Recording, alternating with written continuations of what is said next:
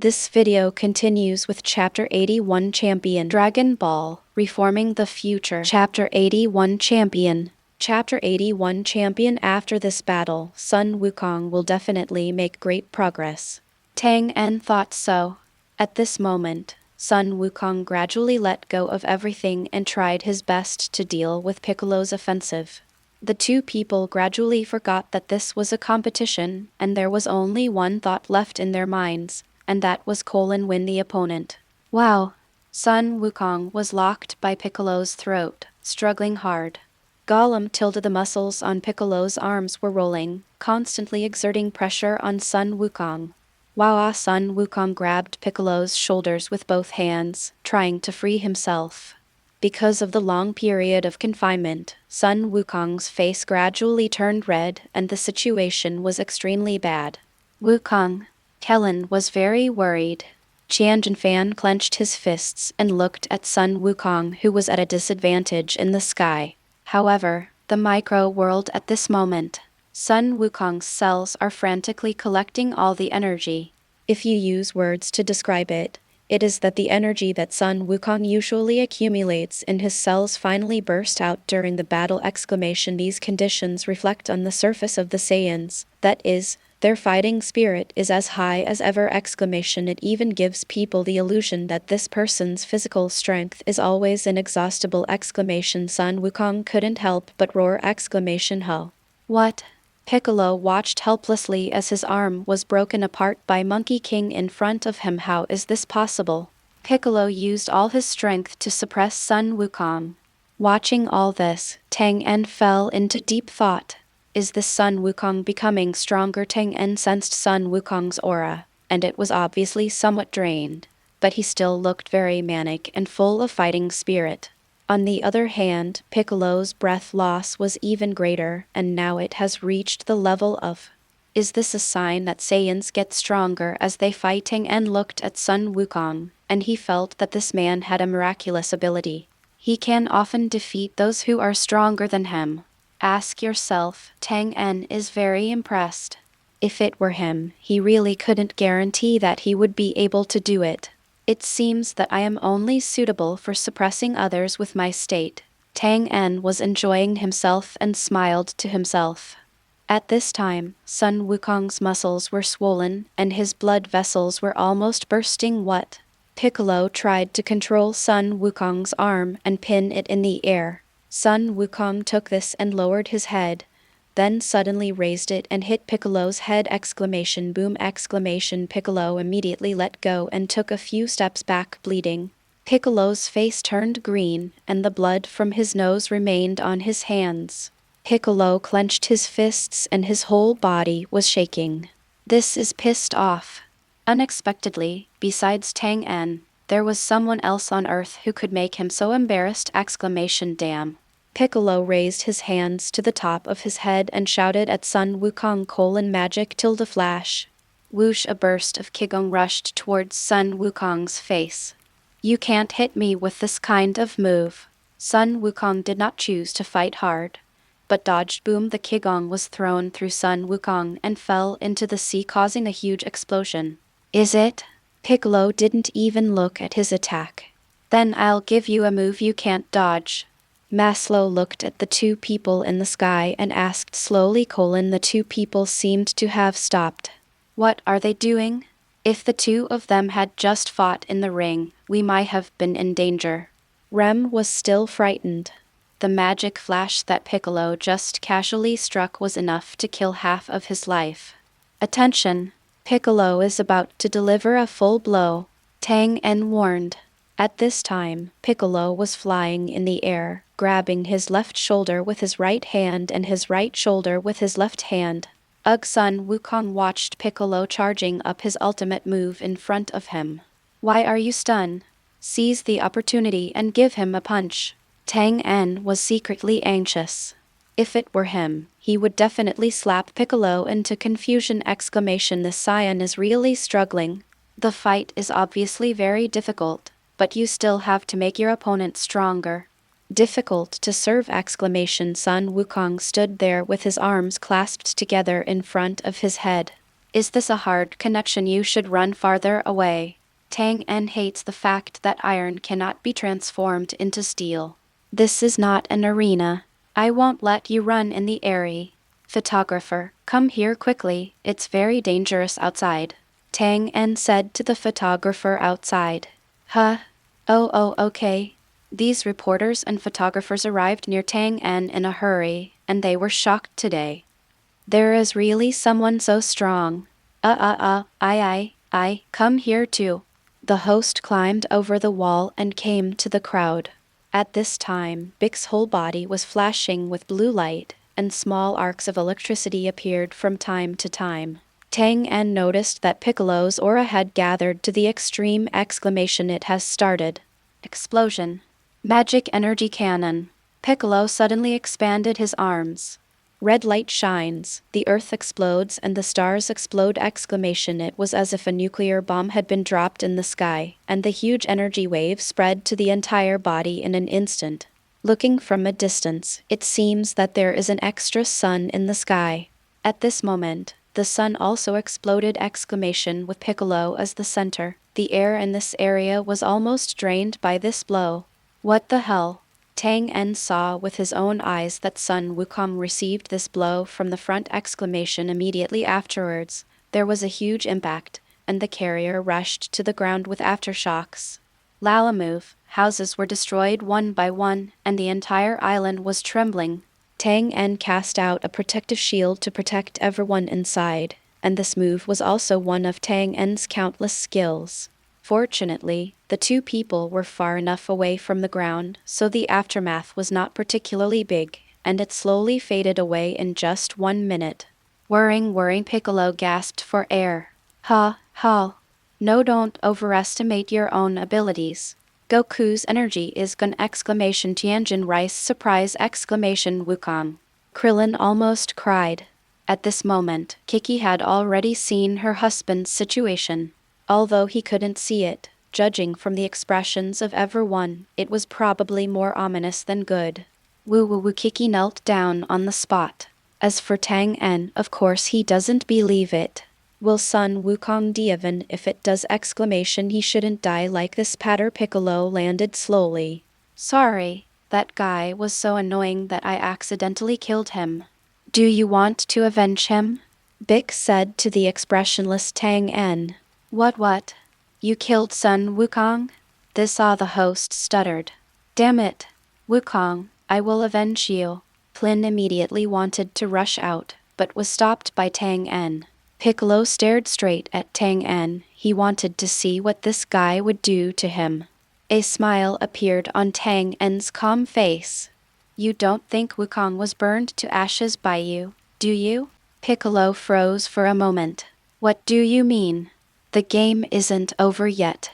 Tang En crossed his arms and raised his chin slightly. Victory is decided. Piccolo suddenly looked behind him! Impossible. There came a voice that Bic would never forget! Everyone's scalp was numb! Waves penetrate the sky and the earth. Oh! Piccolo was about to struggle forcefully, but at this moment he had already lost more than half of his strength, and he was more than willing to do anything. In just a split second, the Monkey King in the air gallops down. Along with the figure of the giant ape, it attacked Piccolo's chest heavily. Click, click, click. This is the sound of bones breaking! Puff. While Piccolo's mouth was wide, and it flew out like a bow, an arrow that had taken off its string, and its chest was deeply sunken. Fall into the sidelines. Thump! Sun Wukong fell to the ring. At this time, his whole body was burned and he was almost dying. Even he could only open one of his eyes, which was completely forced to hold on. Hey, I seem to have one. I'll post the 2 chapters together today. Please recommend and reward me. End of this chapter. Chapter 82, The Process of Artificial Humans. Chapter 82, The Process of Artificial Humans. I announce the winner of the No.20 RD World No. Budokai is Sun Wukong. The dust settled and Sun Wukong won. Hey. Sun Wukong grinned as wide as he could. Goku. Kiki ran to Monkey King worried. Kiki, Sun Wukong called.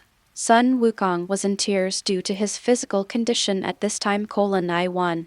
Now, open your mouth. Tang En walked up.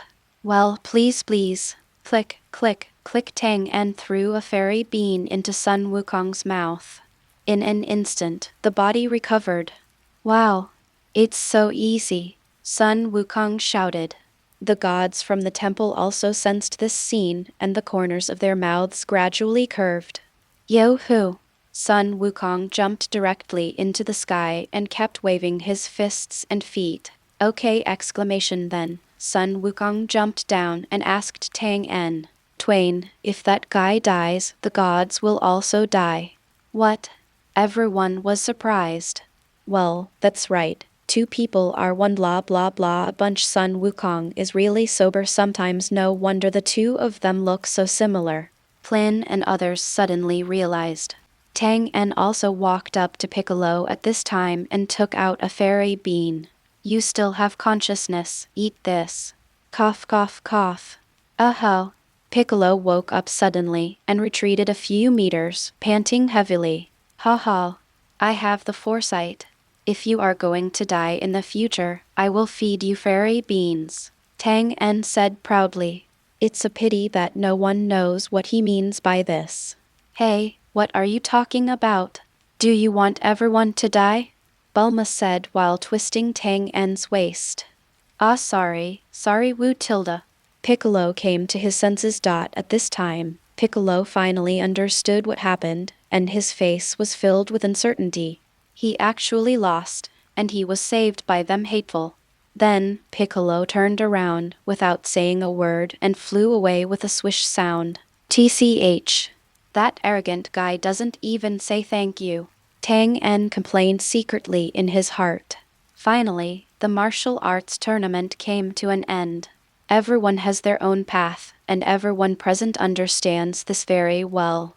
Tang En was lucky enough to be a part of this place, and he was very emotional. After this meal, everyone went their separate ways again. However, whenever there is any crisis, everyone present will always gather together again. What an unusual friendship. Cheers. Everyone formed a large circle and drank a toast. Doctor, welcome back, Kaiou said to Tang En. Hello, Kaiou. Please tell Bulma that I won't be back tonight. Tang En walked into the bedroom and soaked his finger in a liquid. Okay. Teleport. On the other side, Doctor. Gallows Laboratory. Tang En suddenly appeared here. However, Tang En has teleported here more than 3 or 2 times, and Dr. Gallo is used to it. Doctor. Gallo, help me research this. Dunn handed the liquid to Dr. Gallo. In the biological field, Gallo has to be great. What is this? There are very precious blood samples in it. I had a whim and wanted to know what their cells were like. Doctor. Gallo became interested. Have you discovered the genes of special life forms? Of course. This is when Tang En fed Sun Wukong the fairy beans. He specially collected some blood samples from Sun Wukong. Don't worry about it. I'm just using your equipment. If you want to take a look, come over. Doctor. Gallo came to his senses, put down his current work, and prepared to see what Tang En was doing. Doctor. Gallo's supercomputer kept calculating, removing impurities, looking for immature red blood cells. Verified. Cell nuclei are being tested in analyzing genes. Hint. Discover new genes. The genetic sequences are 99.7% identical. Checking genetic types. Reproductive isolation examination in progress. When a new human race is discovered, does it need to be named? Doctor. Garrow nodded and said to Dunn, I didn't expect that there are still human populations on the Earth that I haven't detected. Tang En touched his chin and said slowly, No, you have found it before, but I destroyed it before researching it. No need to name it. Investigate the new gene sequence chain and call up the model. Drip. The model was constructed successfully and the new gene cells have been marked red. Tang En looked at the scene in front of him, and there were still his cells in it. Sure enough, the machine had no response to his cells. It seemed that his unique genes were ordinary. Compare the genes of the two types of cells to simulate the scenario. Tang En wanted to see what a cyan was. Gene analysis is in progress. Gene function is being guessed. The simulation time is expected to be 15 years. A plant. Tang En couldn't help but curse. Doctor. Gallo probably guessed what Tang En was going to do, and couldn't help but ask, is this human being special? You have to prepare for a lot of trouble. Dunn nodded. Then Tang En thought that analyzing so many new gene sequences was indeed a waste of time, very fantasy, and extremely inaccurate. Tang En suddenly felt depressed. What progress has been made with your artificial man? There is only the last step left. The infinite energy serum will be successful immediately. Doctor. Gallo frowned. In fact, he has always been at this stage. HMPH, didn't you find some poor humans to experiment with in the last stage? Tang En sneered. Doctor. Gallo shook his head. First of all, not every human being can become an artificial human. Secondly, only after finding suitable samples can we make serum that suits them based on their own characteristics. Doctor. Gallo said slowly: otherwise, there won't be anyone in the world who can adapt to the serum you made. Tang En pondered for a moment. So you found the right sample? Doctor. Gallo nodded. They've been sleeping in the sleeping pod for 2 years. Doctor. Gallo admitted that he could not keep hiding this from Tang En. What? Tang En was surprised, so to speak. No. 17 and No. 18 have been arrested for 2 years. Gallo, you're really holding your breath. Aren't you afraid that they will kill you when they come out? Tang En warned. Kill me? Why? I am obviously their creator. Doctor. Gallo asked back. Why am I going to tell you that you will be killed by them in the future? You should tell your machine about this kind of thing. When you are going to make a human being, you should bet on your own death. Tang En said. Doctor. Gallo was unmoved. Suddenly, Tang En thought again, if No. 18 and No. 17 knew that I was involved, would they kill me too? Tang En now knew exactly what this so-called infinite energy artificial man was. Different from the transformation of robots, the ideal of unlimited human transformation is to use serum and machines to change a person's genetic regulation without any side effects. Of course, energy is still conserved. The reason why it can produce infinite effects is simply that the power that the artificial man replenishes from the outside world is always the same as the power it outputs. To achieve such a heaven-defying effect, Tang En knew exactly how much it would change a person. It's simply earth-shaking exclamation. After all, the part of this kind of artificial human that has been mechanically transformed is limited to a small part of the perpetual energy furnace. Of course death is easy, it's so normal. Gan. Dunn suddenly felt an inexplicable sense of complexity. The protagonist is about to leave the Earth.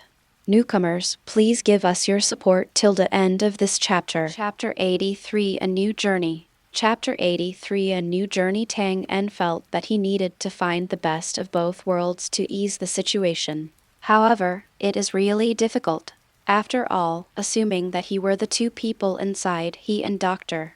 Gallo had to be killed. A desire to become stronger arose in Tang En's heart. If I could be strong enough, why should I be afraid of artificial humans? Can't you let them out? Tang En asked nonsensically. This is the only thing I will never back down from. Doctor. Gallo said firmly. Cut. Tang En entangled his hands together and closed his eyes. Then you issue an order that all your androids in the future cannot target Sun Wukong. Because Sun Wukong destroyed the Red Ribbon Army, the ultimate goal of the artificial man was to kill Sun Wukong. This is also a little too stupid. If one day the androids really kill Sun Wukong, what else can they do with little delay, Doctor? Gallo said, Okay. I agree. Tang En opened his eyes, but he didn't expect Dr. Gallo to value Lazarapis so much. No wonder if what Dr. Gallo said is correct, then the research on infinite artificial humans revolves around two people. If it were stopped, it would mean the failure of the entire artificial human experiment, and this would be tantamount to killing Dr. Gallo. In addition, Tang En pondered for a moment, then changed to a new target or change the ultimate purpose of artificial humans to protect the Earth Octor.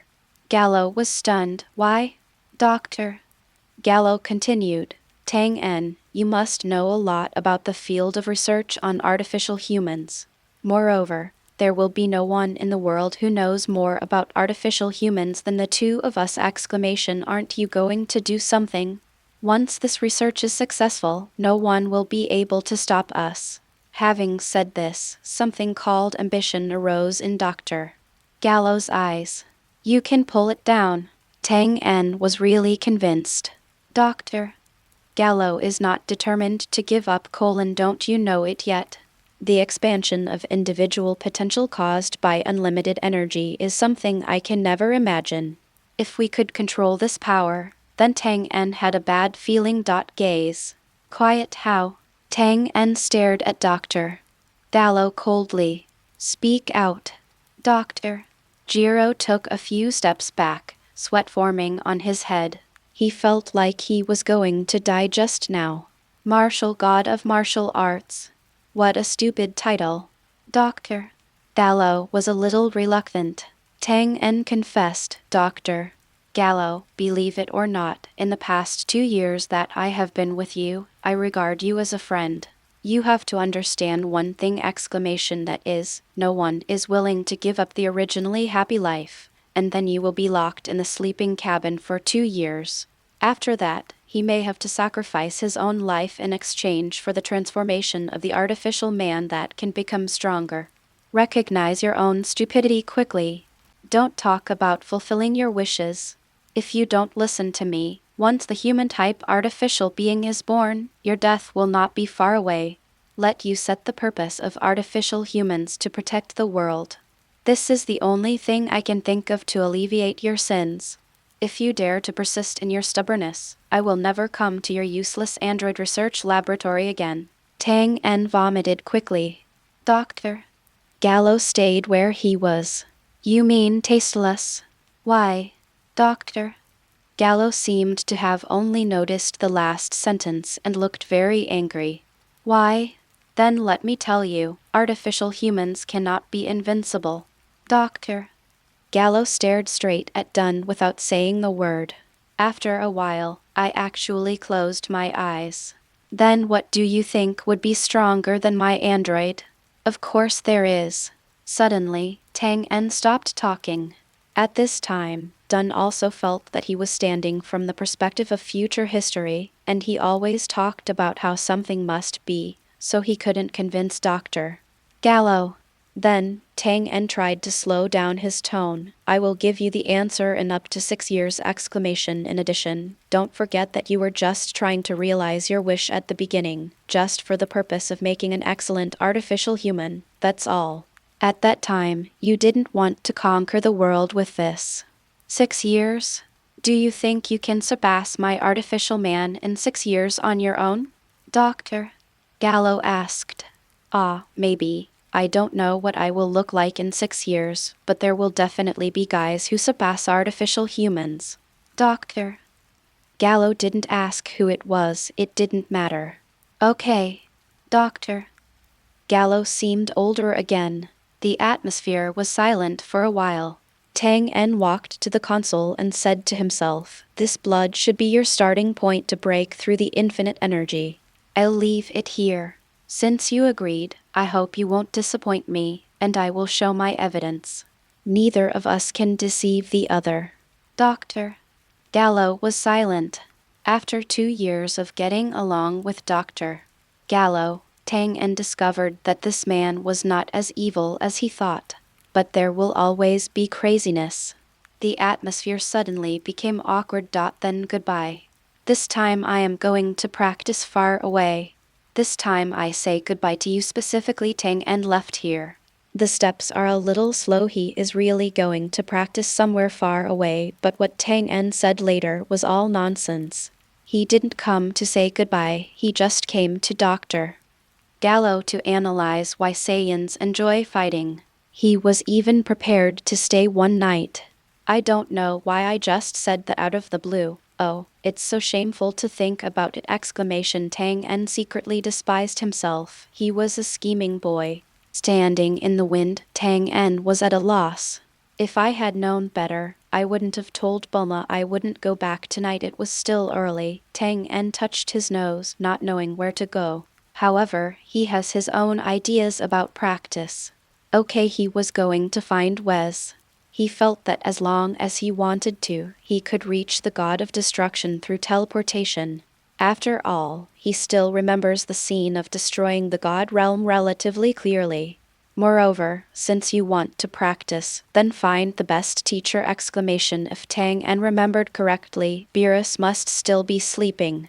Then, your risk factor should be lowered. After all, I've never seen Weiss get angry about anything.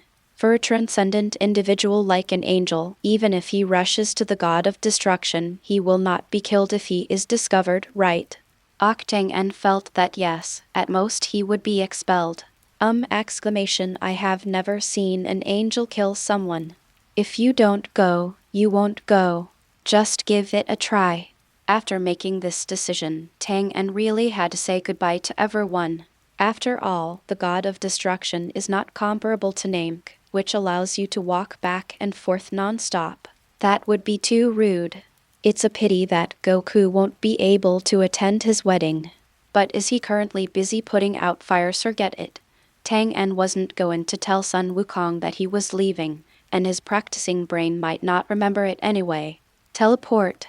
In fact, if I were the protagonist, I would definitely live on Earth with Bulma for the rest of my life. Why would I go to the universe? End of this chapter. Chapter 84: The Angel Who Destroyed the God Realm. Chapter 84: The Angel Who Destroyed the God Realm. Teleport. Plan. I'm going to practice somewhere far away and work hard together. Blah blah blah. Maslow. Rembik. I'm going to practice. Don't miss me. Roll. A Kigong wave hit. Tang En smiled and left there. Tang En told his friends almost everything, and finally went to the old god to visit the god and Bobo. Finally, Tang En returned to Magnum Group. After 3 days of repairing, we are ready to go. Some people prefer a life of ease. Just like Tang En, there are also some people who are not satisfied with the status quo and want to try to become stronger. Also like Tang En, most people on Earth in the Dragon Ball world would not have the idea of having both. But obviously, Tang En did it. Today he will leave the Earth again and go to the safest and most dangerous place in the universe. Destroy the God Realm. Why do you bring so much exquisite food?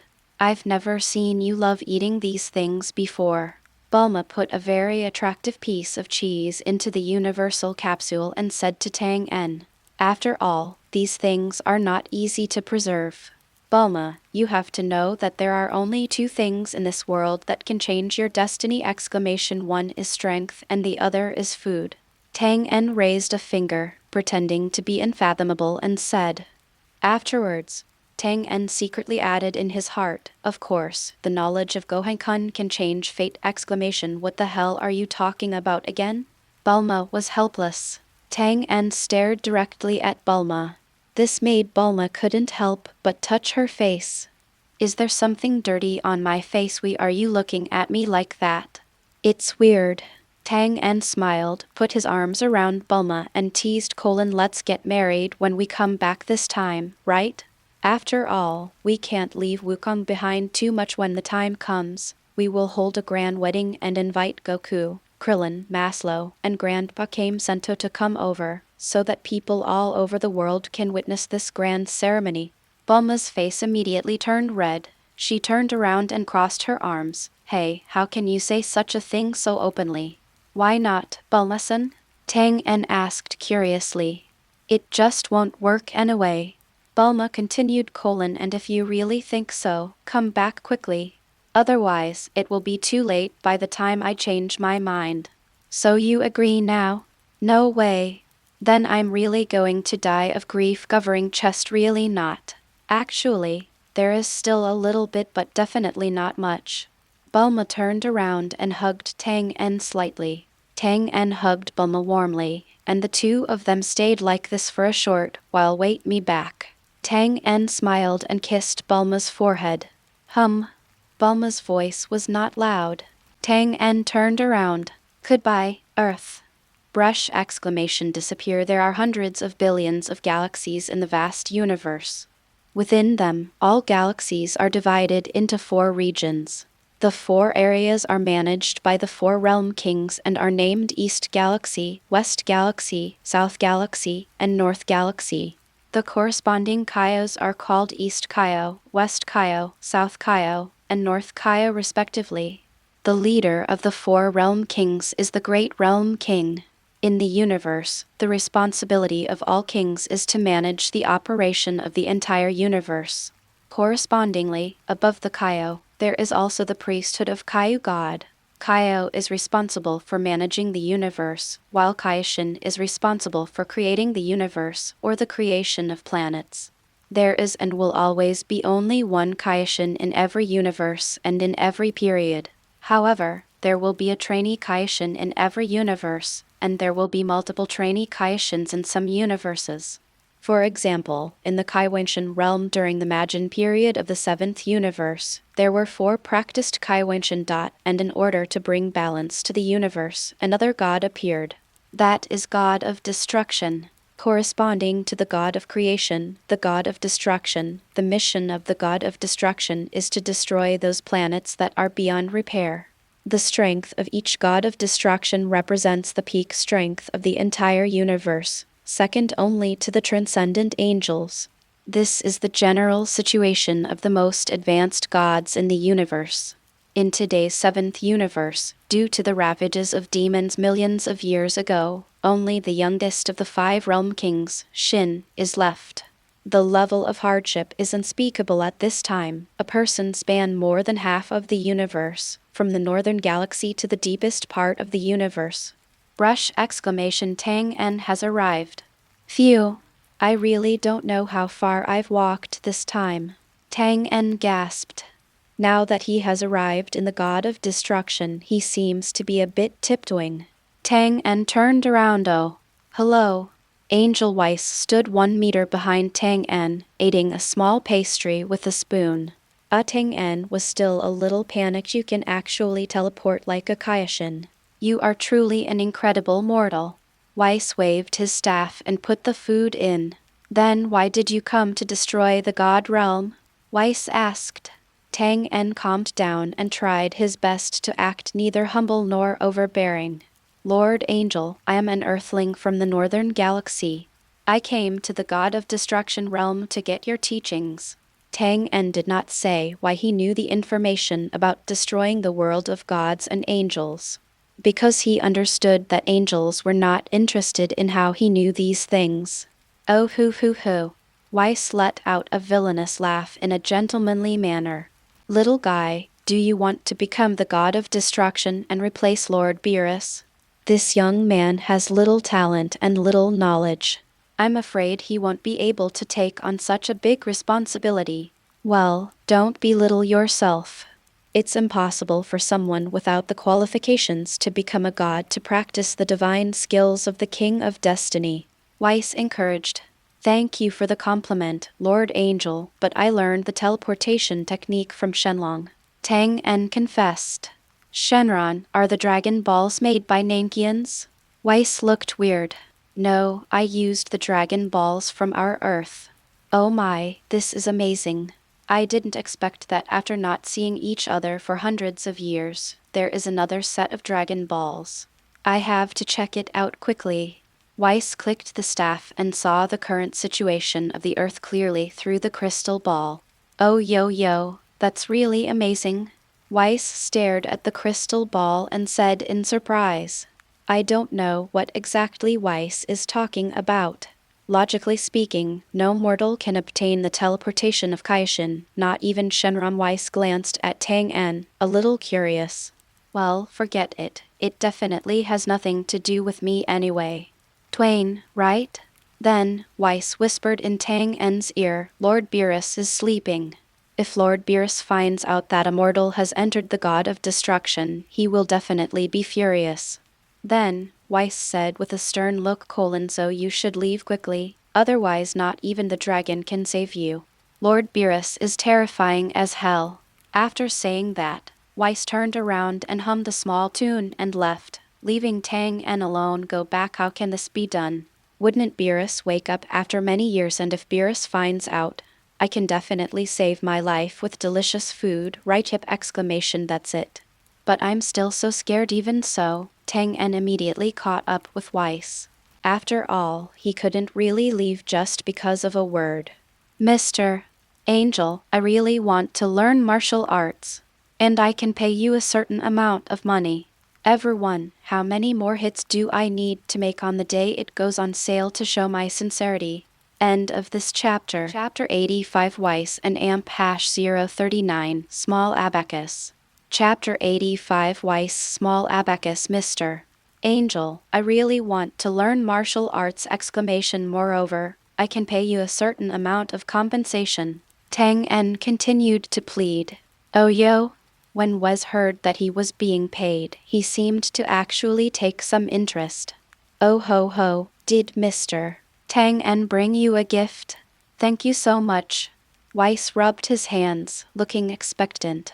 Tang En nodded, and then took out the universal capsule he brought. What is this? It looks so small. Weiss was surprised. Well, this is called a universal capsule. Tang En threw out the universal capsule. Boom! Oh ho ho, what an amazing little thing. It actually turned into a box. Weiss opened the refrigerator and looked at the exquisite food inside. He was really happy. Oh, how can this be so embarrassing? It costs Mr. Tang En so much money. Having said that, Weiss had already started eating. Well, this taste, oh, it's so delicious. I feel like I'm about to fly. Weiss's face was red, and he was holding a piece of strawberry cake that had been bitten off in his hand, completely losing his original gentlemanly demeanor. Tang En saw this and quickly made his request: It's okay, Mr. Weiss, you just need to guide me in my practice. Okay. As soon as Weiss heard this, he quickly turned his back to Tang En, feeling very entangled in his heart. Oops, teaching others is so annoying, and as a mortal, I am definitely not as easy to fool as Lord Beerus. But I really can't bear to part with these foods. Teach him how to practice. But he looks very weak, so it must be very laborious. Ah, it's so annoying. Got it. A light bulb seemed to light up in Weiss's head, and a great idea came to his mind. Cough, cough. Weiss put her hand to her mouth and coughed. Naturally, Weiss took the food and put it into his staff. When Tang En saw this situation, he felt very unsure. Doesn't this guy want to eat the king's meal? Weiss said to Tang En. Well, let's start from the basics. Is it that simple? Tang En was overjoyed and quickly thanked him. Well, let's take the first step in practicing. Weiss raised a finger and said mysteriously: Aha. Tang En pricked up his ears and listened carefully. Quiet, that means helping me take care of my lovely flowers. Water them 3 times a day, fertilize them once, and cut them regularly on Saturdays and Sundays. These little cuties grow very fast. After saying that, Weiss glanced at Tang En secretly: This is a very difficult task. You can't do it, right? Weiss was very happy. As expected of me, I have come up with such a clever method. That mortal must have been deceived by my clever idea. Righty can also ask him to take care of the lovely flowers for me, which would be easier than giving instructions to Lord Beerus.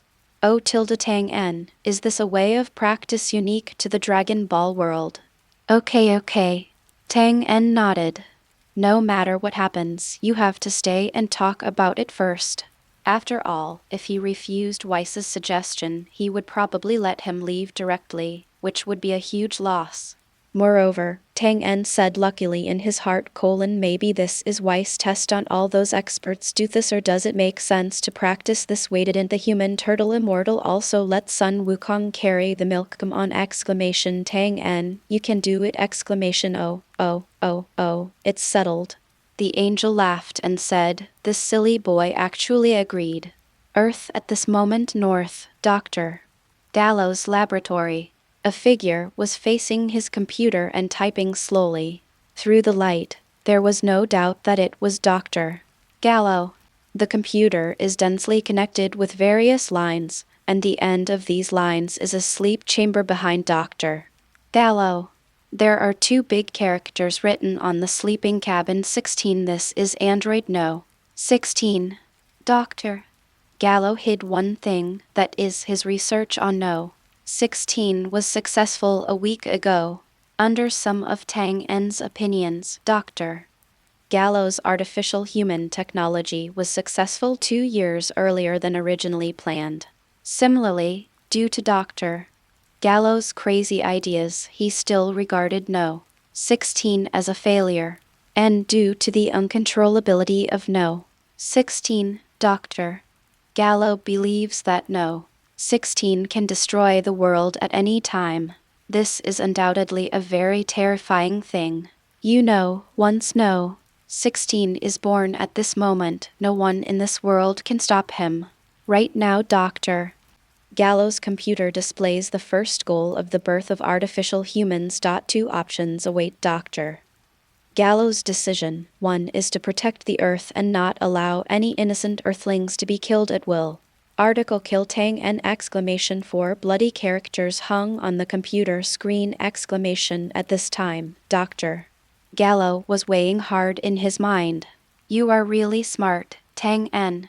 I completely anticipated what was going to happen in the future. Just yesterday, he tried to open the hatch of No. 16. However, this happened. The sleeping chamber was opened and No. 16's eyes immediately produced a red light. An artificial man made from nothing was born. The next moment No. 16 sat up from the sleeping cabin with an expressionless expression. Kill this dog. Dr. Gallo ordered. Wank, wank, wank. A stray dog was caught by a round robot and struggled desperately. As if after hearing Dr. Gallo's words, No. 16 stood up. Then, No. 16 turned his head, moved a bit, and then walked out of the sleeping cabin. However, he really had no intention of executing the order. Kill this dog, Dr. Gallo repeated again. No. 16 seemed to hear this command this time and turned his attention to the dog. No. 16's unusually tall body is extremely impressive. After studying it to such an extent, even Dr. Gallo doesn't know what No. 16's combat power data represents. Dr. Gallo stepped out of the way and carefully observed the movements of No. 16. Tada No. 16 took a step forward and walked over slowly. Woof, woof, woof. The stray dog's neck was choked with blood and his eyes were filled with fear. No. 16's huge physique is indeed very intimidating, but he walks very quietly. No. 16 squatted down and touched the stray dog's head with his hand, and then he smiled. Is this a special ability? The stray dog looked at the smiling No. 16 and slowly became quiet. No. 16 it was as if he noticed the puppy's chain just now. I told you to kill it. Dr. Gallo said calmly. He looked more like a powerless old man at this moment. No. 16 turned his head and looked at Dr. Gallo calmly. Then he turned his head away. Click. The puppy's chain was crushed. Woof, woof, woof.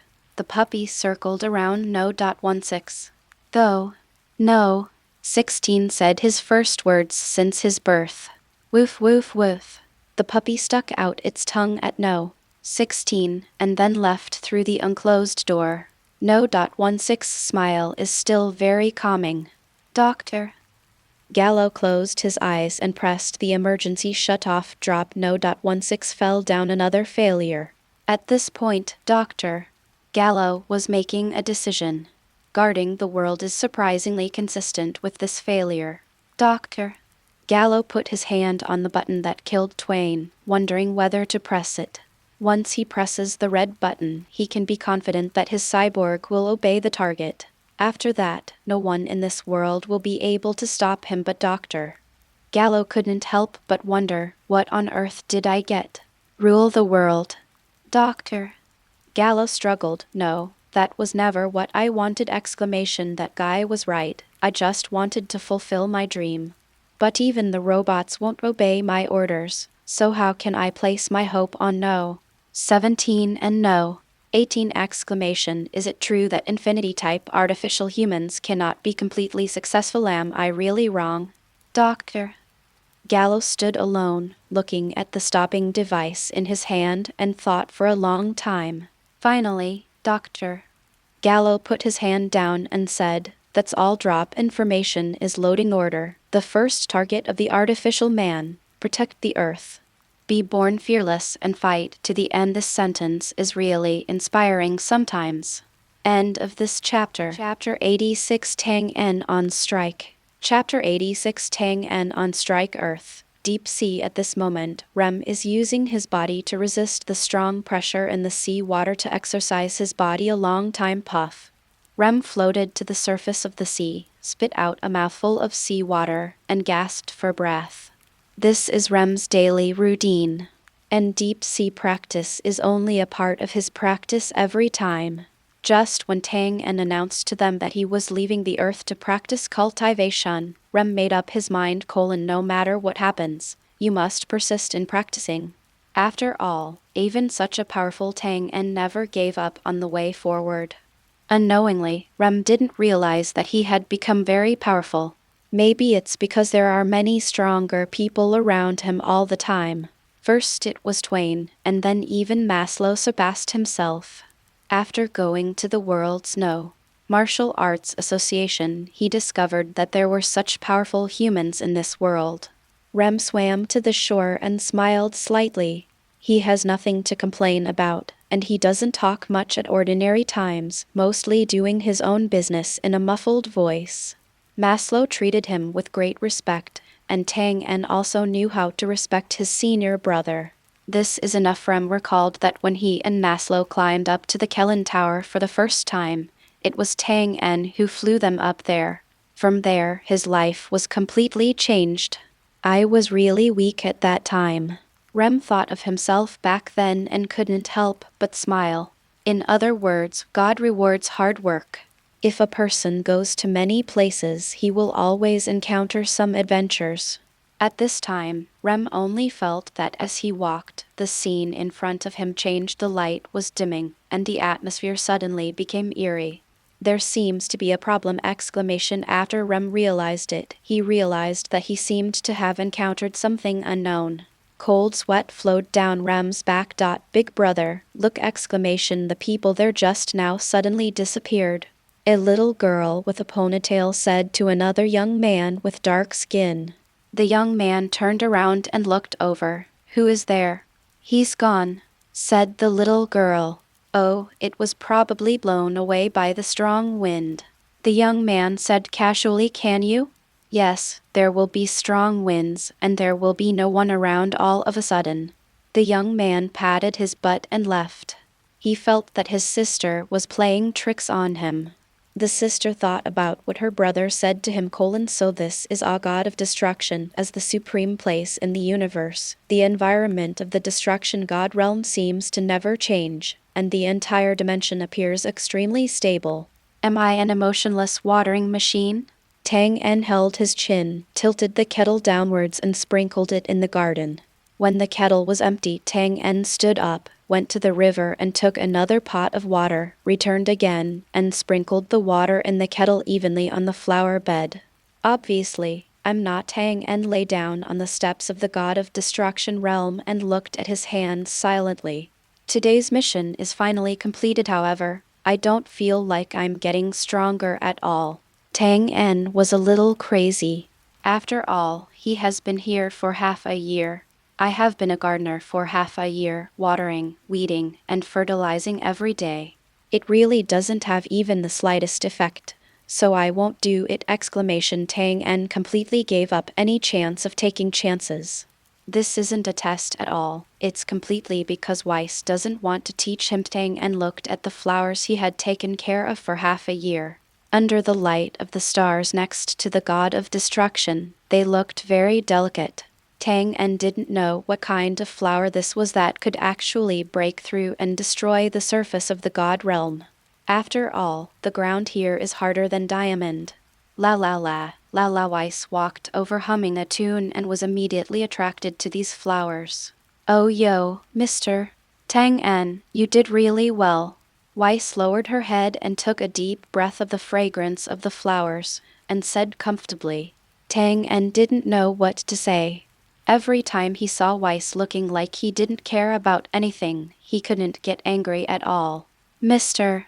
Weiss, when can you teach me how to practice? Tang En asked bluntly. Weiss straightened his back and said weakly: practice is very hard. Tang En, wouldn't you like to take care of some flowers and plants? Tang En was a little dissatisfied.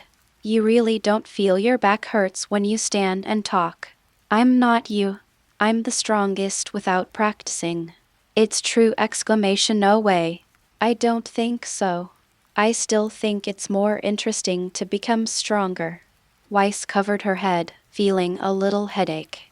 Oops, what a mistake. This person keeps making trouble like this to no end. Tang En thought for a while, and then punched Weiss! Oh yo. Weiss turned his head and dodged, pressing his staff against Tang En's fist.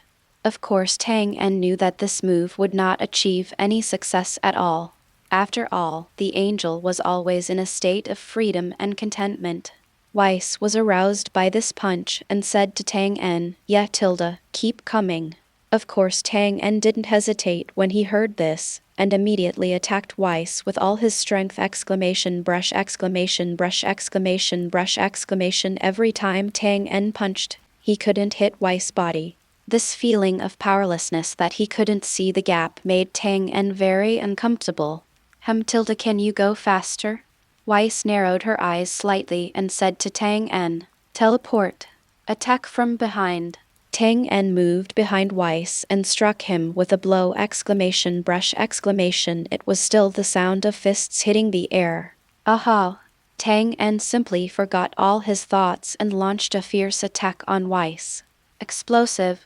Boom! Tang En punched Weiss's staff, but he still couldn't take an inch further. Weiss stretched out a finger and flicked it in the air. Puff! Tang En flew out directly, and only managed to regain his balance after retreating dozens of meters. Okay, I almost know your strength, Tang En sang. Weiss said with a smile. Tang En spoke again. No, I have another trick. After saying that, Tang En began to cheer up. God fist! Boom! Tang En stood up and struck Weiss again. Weiss remained motionless because Tang En at this moment was just an illusion. The real Dun has arrived in the direction behind Weiss. Turtle sect. Qigong wave. Hold head high! A burst of Qigong sprayed out and slammed straight into Weiss' direction. Weiss slowly turned his head, then turned the staff in a circle, absorbing all of it. Oh yo yo. I didn't expect that there is such a surging power in your body, Tang En sang. Weiss couldn't help but admire. But then again, this little guy does have the aura of a god. No wonder he can practice teleportation. But it's so strange. Forget it. I have such a headache. I might as well not think about it so much. Weiss thought nothing of it. So Weiss, where is my problem? How can I become stronger? Tang En released the divine fist and said to Weiss. Weiss thought for a moment, then narrowed his eyes and said to Tang En seriously, I think Mr. Tang En is already very good, except for being relatively weak. Tang En, Weiss continued, as for the way to become stronger, just exercise hard. I don't have any other way. Tang En raised his own question, but I feel that every time I practice, it is difficult to break through my own limits. Can people on Earth only go here? Weiss covered her mouth and smiled. That's troublesome. The talents of different humans must be completely different.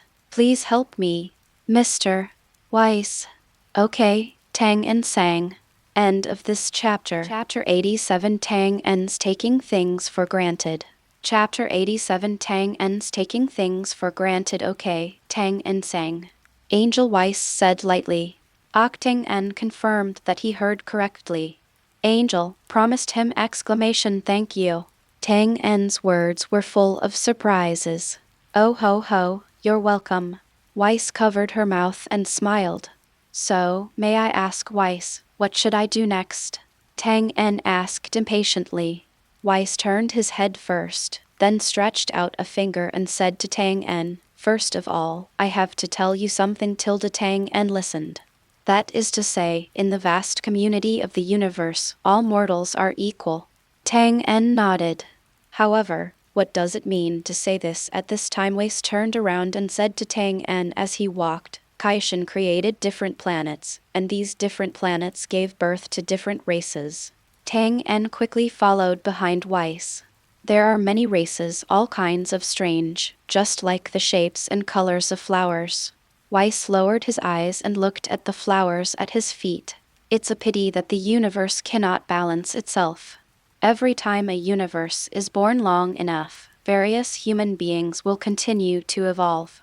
Good, evil, strong, weak. Some races are getting stronger and stronger, and some races are getting weaker and weaker. Anyway, there will be no permanent peace. Those races that are strong enough but do not have enough soul support will eventually be destroyed. It's always been like this anyway. No race can escape this fate. Weiss sighed and stopped talking. Dunn nodded. I still don't know what Weiss wants to express. Is this to say that the reason why people on Earth are weak is because they have a short evolution time? The destruction of the universe, the gap in power, confusion, anxiety, and fear all disappear in the flames. If you can understand these. Weiss suddenly paused. Tang En looked at Weiss quietly. Tang En was really confused, but Weiss, who was telling the story at the side, turned serious and thoughtful. After a while, Weiss continued, Mr. Tang En, if you want to become strong enough, there are only two ways. Tang En immediately came to his senses. Emphasis, emphasis, this is what he wants to hear! Exclamation. Both of these are very difficult. Weiss said softly, understand. The first method is to master the legendary ultimate intention skill. Weiss stopped talking, looking enigmatic. Okay. Tang En nodded. Of course he knew this. His current plans are almost all centered around this goal. After all, this is his only known way out. However, there was actually a second item, and Tang En was extremely curious! Exclamation. Next. Embarrassed Weiss couldn't help but open one eye and curiously said to Tang En, why don't you ask what freedom is? You are such an uncooperative boy. Gao, oh, Master Weiss, what is the ultimate intention? Kung Fu? Tang En quickly cooperated and said that it would be good to hear Weiss explain this move. Tang En had been thinking about how he could make his body act independently without being affected by his thoughts. However, that is complete nonsense. At least Tang En can't do it now, and he can't even understand what that state is like. Weiss blinked, feeling a little depressed. Forget it. The load of the free ultimate intention gong is far beyond what your current state can bear. After all, it's still far behind. Then let me talk about the second way first. Tang En cheered up. He wanted to know what other options the people on Earth had besides taking this mysterious path of freedom. The second path can actually be said to be very simple. Just become a god. Become a god? What do you mean? Tang En couldn't help but ask. Weiss coughed and continued, to be precise, it should be a high-level god. Of course, the god of destruction is the best. Oh ho ho. Weiss covered her mouth and joked. If Beerus were here, he would definitely give Weiss a hard look. God of destruction? Tang En's heart sank. Could it be that the peak of martial arts could only follow the path of angels and gods of destruction? Tang En's heart felt cold. Yeah, I should have thought of that earlier. Tang En sighed. After all, in the original work, Weiss pointed out Monkey King and Vegeta for more than 3 days. One of them practices the ultimate intention of freedom, and the other practices the power of destruction. Everything seems to make sense. But Tang En is obviously very dissatisfied. What he wants to solve now is the racial limit issue. If he can't solve this problem, how can he compete with Beerus for the god of destruction? The second method is not as promising as the self-extreme intention gong exclamation. Isn't there something similar to Kung Fu and martial arts? Tang En described his thoughts as best as possible. Is it that a person becomes stronger and stronger by practicing this specific martial art? What about eventually surpassing the restrictions of race? Mr.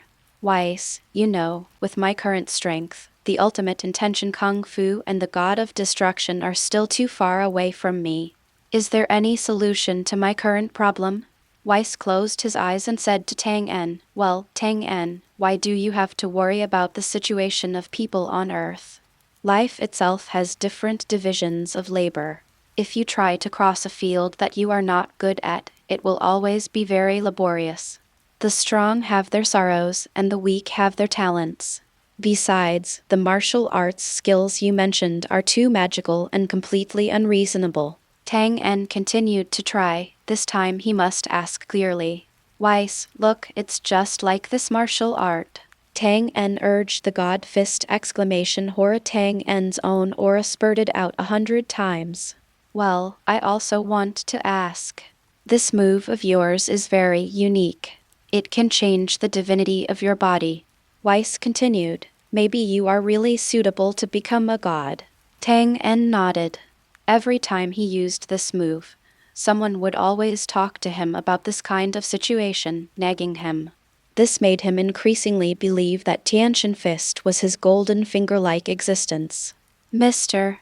Weiss, this boxing technique is called God Fist, and I got it from the first-generation god of the Earth Temple. Now it can directly increase my strength 100 times without any bad effects on me. This really makes me puzzled." Tang En expressed his doubts. "After all, it's just too powerful. And not only that, I have always felt that this boxing style has not been fully developed by me, although I don't know why I think this way. I have been hoping that if I can crack the secret of this boxing technique, then I can achieve true transformation. What do you think?" Weiss. End of this chapter. Chapter 89 Double Monthly Pass Event. Add more rules. Chapter 89 Double Monthly Pass Event. Add more rules. Dear book friends, there will be a double monthly ticket event at the end of this month starting from tomorrow, July 29th at midnight. 1 vote has the effect of 2 votes. Every 1,500 points rewarded can be regarded as 1 more vote. Please thank you for your support during the event. If the total of single-day rewards and monthly tickets exceeds 5,000 fans, 1 update will be added, and there is no upper limit till the end of this chapter. Chapter 90 Tang En's Request for Advice. Chapter 90 Tang En's Request for Advice. Weiss shook his head when such thoughts came from this kid. "Oh, right." Weiss opened her mouth slightly. "It seems like this. The Qigong wave just now was indeed more than 100 times more powerful. Oops, I didn't even notice it because it was too weak. What an oversight, but there is absolutely no reason." Weiss thought for a moment, then swept the magic staff and immediately began to check the origin of the God Fist. "I've never heard of that Kaiou creating such powerful martial arts. The first-generation god of the earth." Tang En sang. Weiss confirmed with a smile. "Yes, Mr. Weiss." Tang En stared intently at the glass ball on Weiss's staff. "Is it about to show up?" Tang En clenched his fist, which is his biggest weight now. If Tiantian Fist is really not as miraculous as he thought, then he probably really needs to catch up. Here it is. Weiss saw the earth in the scepter. The first generation of gods. "Let me check it out." Weiss waved the staff, and the time on the earth in the crystal ball quickly moved backwards. "It should be hero yo-yo. I didn't expect that." Suddenly, Weiss stopped walking backwards. Tang En couldn't take his eyes away and felt very nervous. "Check it out." Oops. Weiss's hands shook. "How come?" Then Weiss stopped to read and at the same time closed the scepter, with a thoughtful look on his face. Oh, I discovered something great. Weiss lowered his eyes and gently looked at Tang En's anxious face beside him. Cough, cough. Weiss covered her mouth and coughed dryly. Then, Tang En sang, let's stop here today, see you tomorrow, bye. What? Tang En was stunned for a moment, not understanding Weiss's mind at all. What thump? Weiss tapped the scepter and disappeared in the God of Destruction realm. Nanny! Exclamation. A plant. Tang En couldn't help but roar in his heart. How could such a exist? Tang En couldn't help but throw the kettle on the ground, which was very cracked. He was also staring at the magic staff just now, but he couldn't even see one. Exclamation. This is too appetizing. Tang En sat down and took out a cold sundae from the universal capsule, feeling depressed. But he had no choice but to accept the reality and wait for tomorrow's news. No idea where Wes went. After one day, Tang En woke up, and Weiss was already standing next to him. Wes! Dunn shouted. Hey, where have you been? Tang En was extremely curious this night. What happened yesterday? Tang En tried to ask. Oh ho ho, Smith Massey, Tang En sang. Then, Weiss narrowed his eyes and smiled. Are you talking about the God Fist?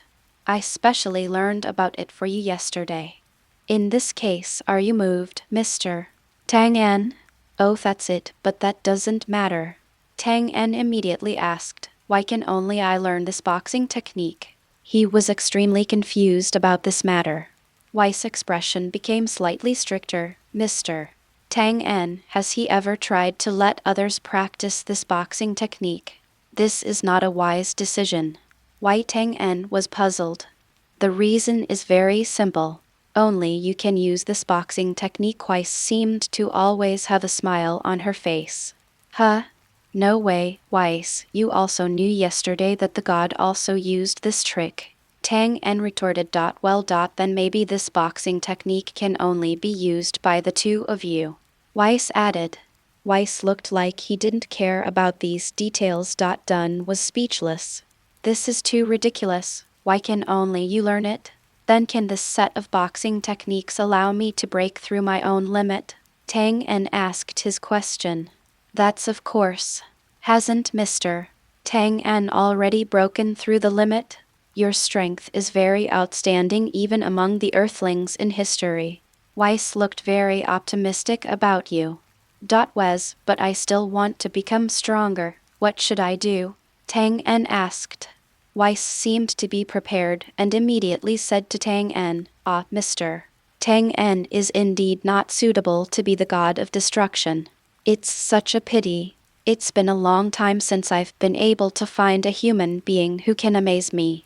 But Mr. Tang En has a wealth of knowledge in martial arts and has gathered the best of hundreds of schools of thought. Why can't he find his own way? Weiss narrowed his eyes and said to Tang En, this way, I can only show off my little goods on the earth. How can I compare myself to a dignified angel like you? Even if you don't want to teach me, you have to find a suitable reason. Right? Weiss covered her mouth and snickered. Mr.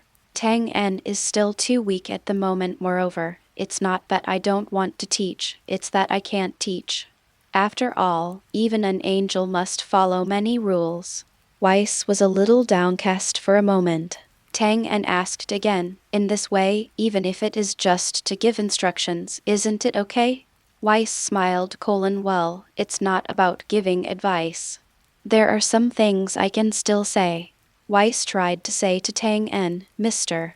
Tang En, you know that the summoning of the heavenly god Fist does not require physical strength at all. That's right. Tang En responded.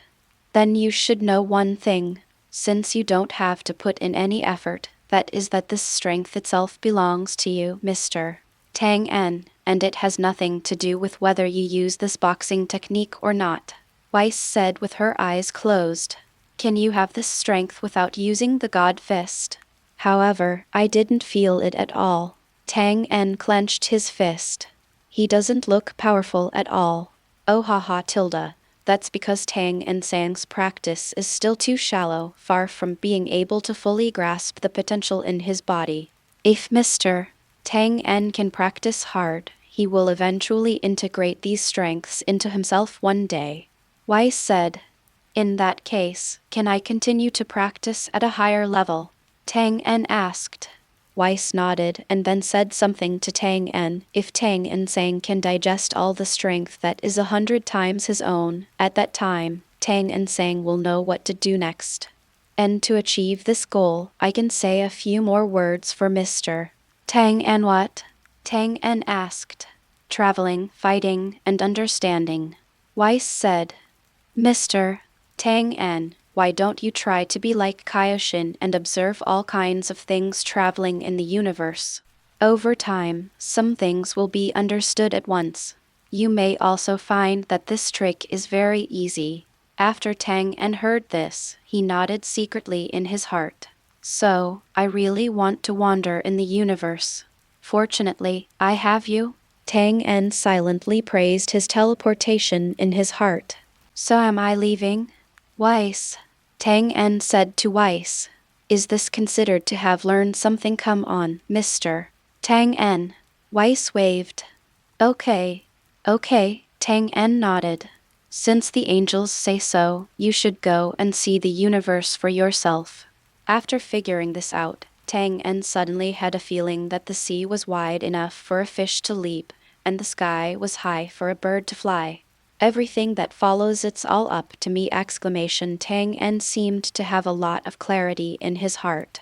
Before this, he really relied too much on the power of others.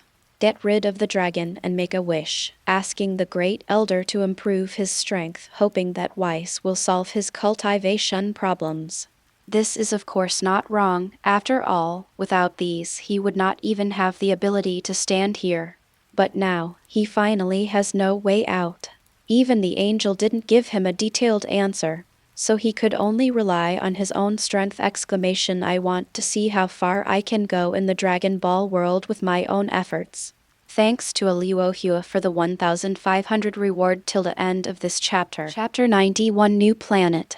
Chapter 91 New Planet. In a dense forest, big trees obscured the sky and the sun. Tang En estimated that any tree here must be at least more than 100 meters high. Is this planet the planet of giants? Tang En took a deep breath and felt that there was much more oxygen here than on Earth. At this time, it had been a month since Tang En left the God of Destruction realm. During this period of time, Tang En has visited 3 planets in the northern galaxy, and this experience has really opened his eyes. Tang En saw some races with one eye, tall bodies, and dark bodies that would turn red when angry. There is also a 6-point feeling like a one-eyed owl. Fortunately, this race did not try to eat Tang En, otherwise they would have been miserable. There is also a planet whose aerospace technology is very advanced and has transactions with many planets in the universe. The most unique thing is that this planet is surrounded by 2 stars, so there is almost no night. It was on that planet that Tang En stayed the longest, and even witnessed a famous local trance conference there. Bang bang bang, Tang En tapped the trunk here with his hand. This was the first time he had seen such a thick tree. Suddenly, there were waves of shaking sounds on the ground. Huh? Was there an earthquake? Tang En subconsciously sensed his surroundings with his breath. I see. Tang En looked to his left. If nothing unexpected happened, some life was coming there. Hold head high. Exclamation! A long chant sounded, and the leaves around him were shaken to the ground. Several seriously injured people ran away desperately, and behind them was a huge dinosaur-shaped monster chasing them. Damn it! A few people didn't dare to neglect and wanted to escape from here. As long as they walked a certain distance outside the forest, the dinosaur would not be able to chase them quickly. Lower and lower bushes will block these big guys. Tang En jumped to the top of the tree and looked at the crowd below. Oh, these humans look a bit like Earthlings. Tang En immediately felt a sense of intimacy. After staying in the universe for a long time, I felt familiar with Tang En, the humanoid creature. In the past, the 3 planets were all grotesque human beings, but this time we encountered a race that looked relatively similar. The 4 people ran very fast, escaping here and there so that the dinosaur could not catch up for a while. Jiger said to another human: Ace, take the leader's medicine and leave quickly. I can't do it anymore. This human named Jiger has been injured in previous incidents, and now he has reached his limit. Brother Jij. The remaining 2 people cried out sadly. Okay, I will tell everyone about your sacrifice when we get out. Thanks.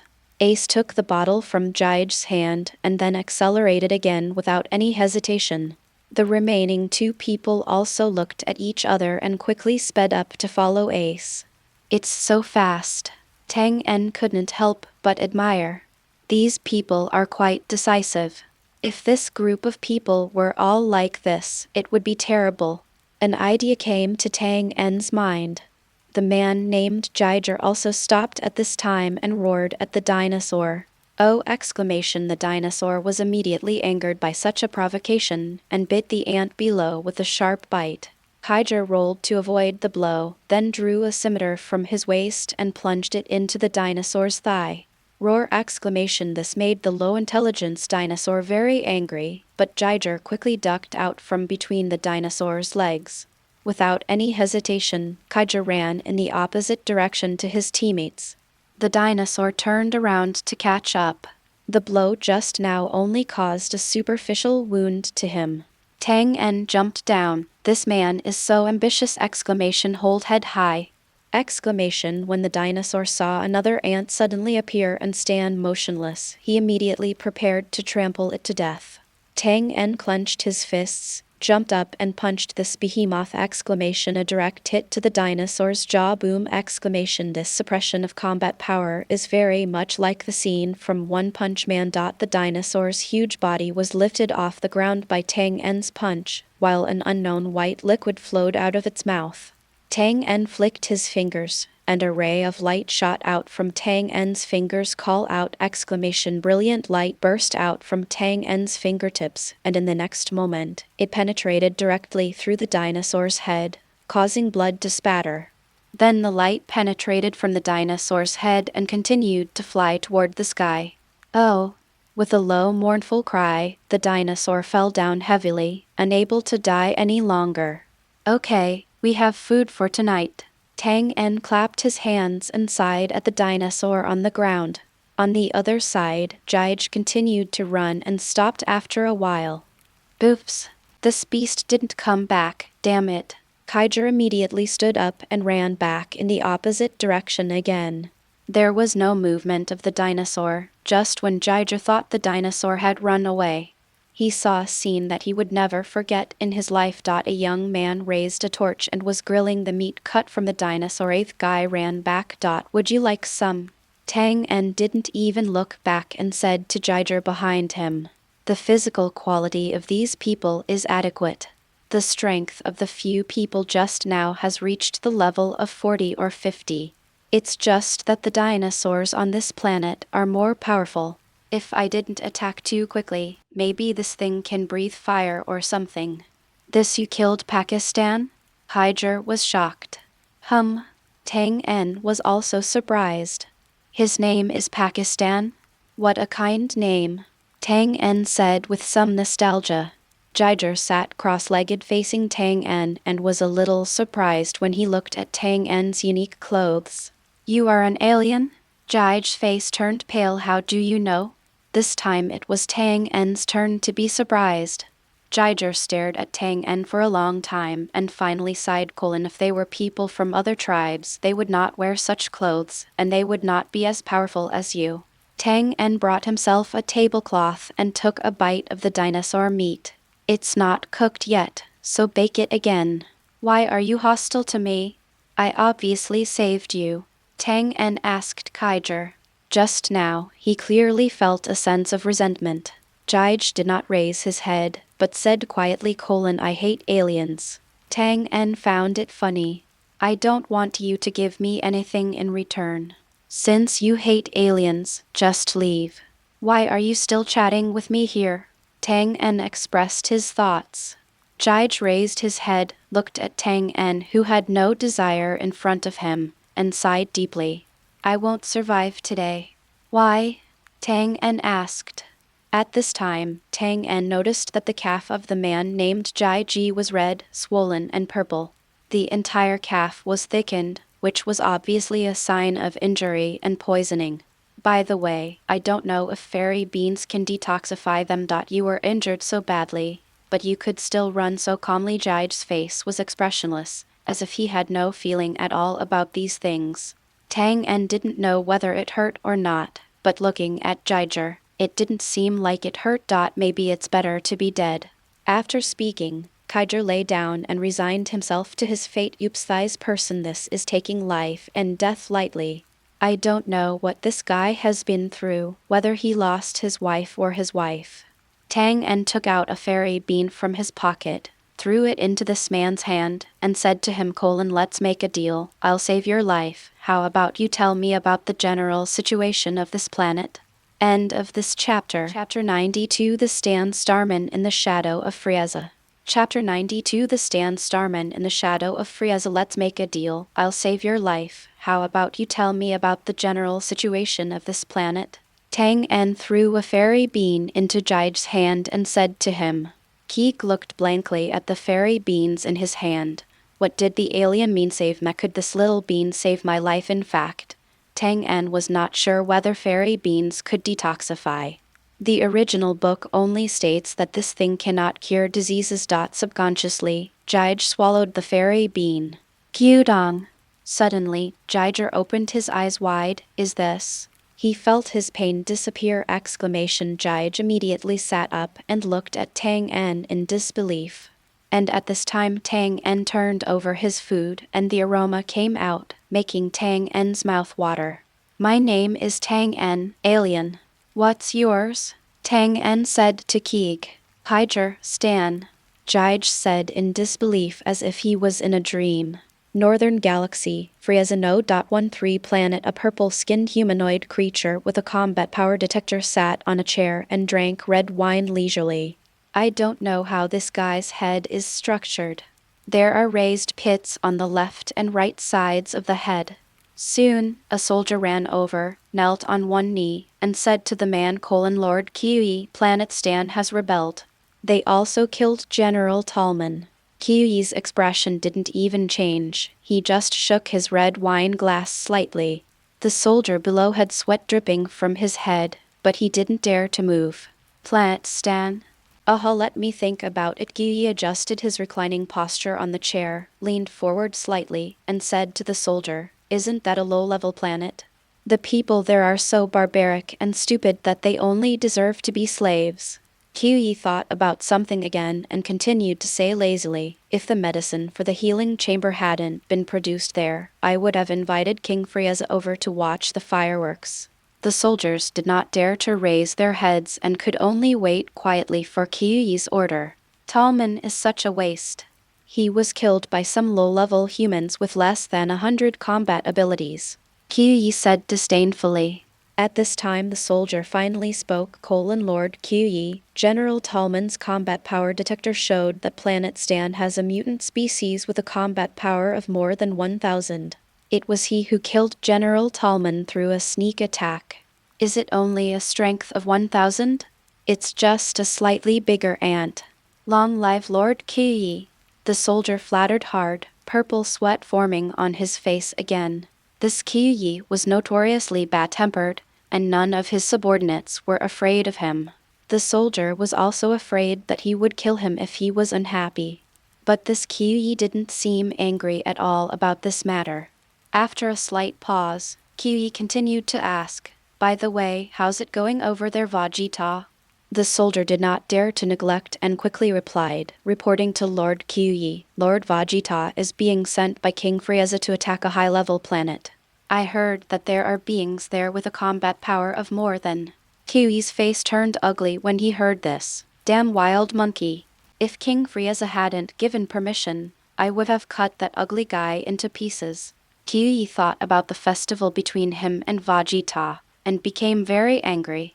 The soldier did not dare to speak now and could only wait patiently for Kaiou's order.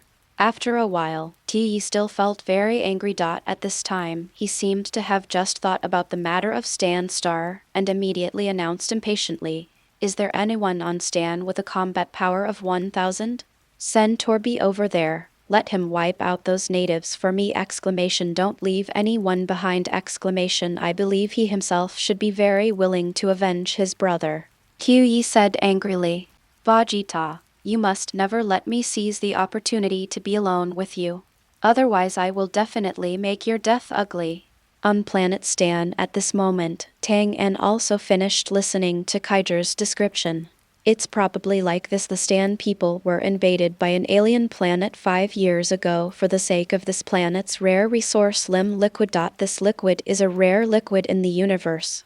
As long as the body is soaked in the therapeutic agent made from this liquid, the injured person's body functions can be quickly repaired.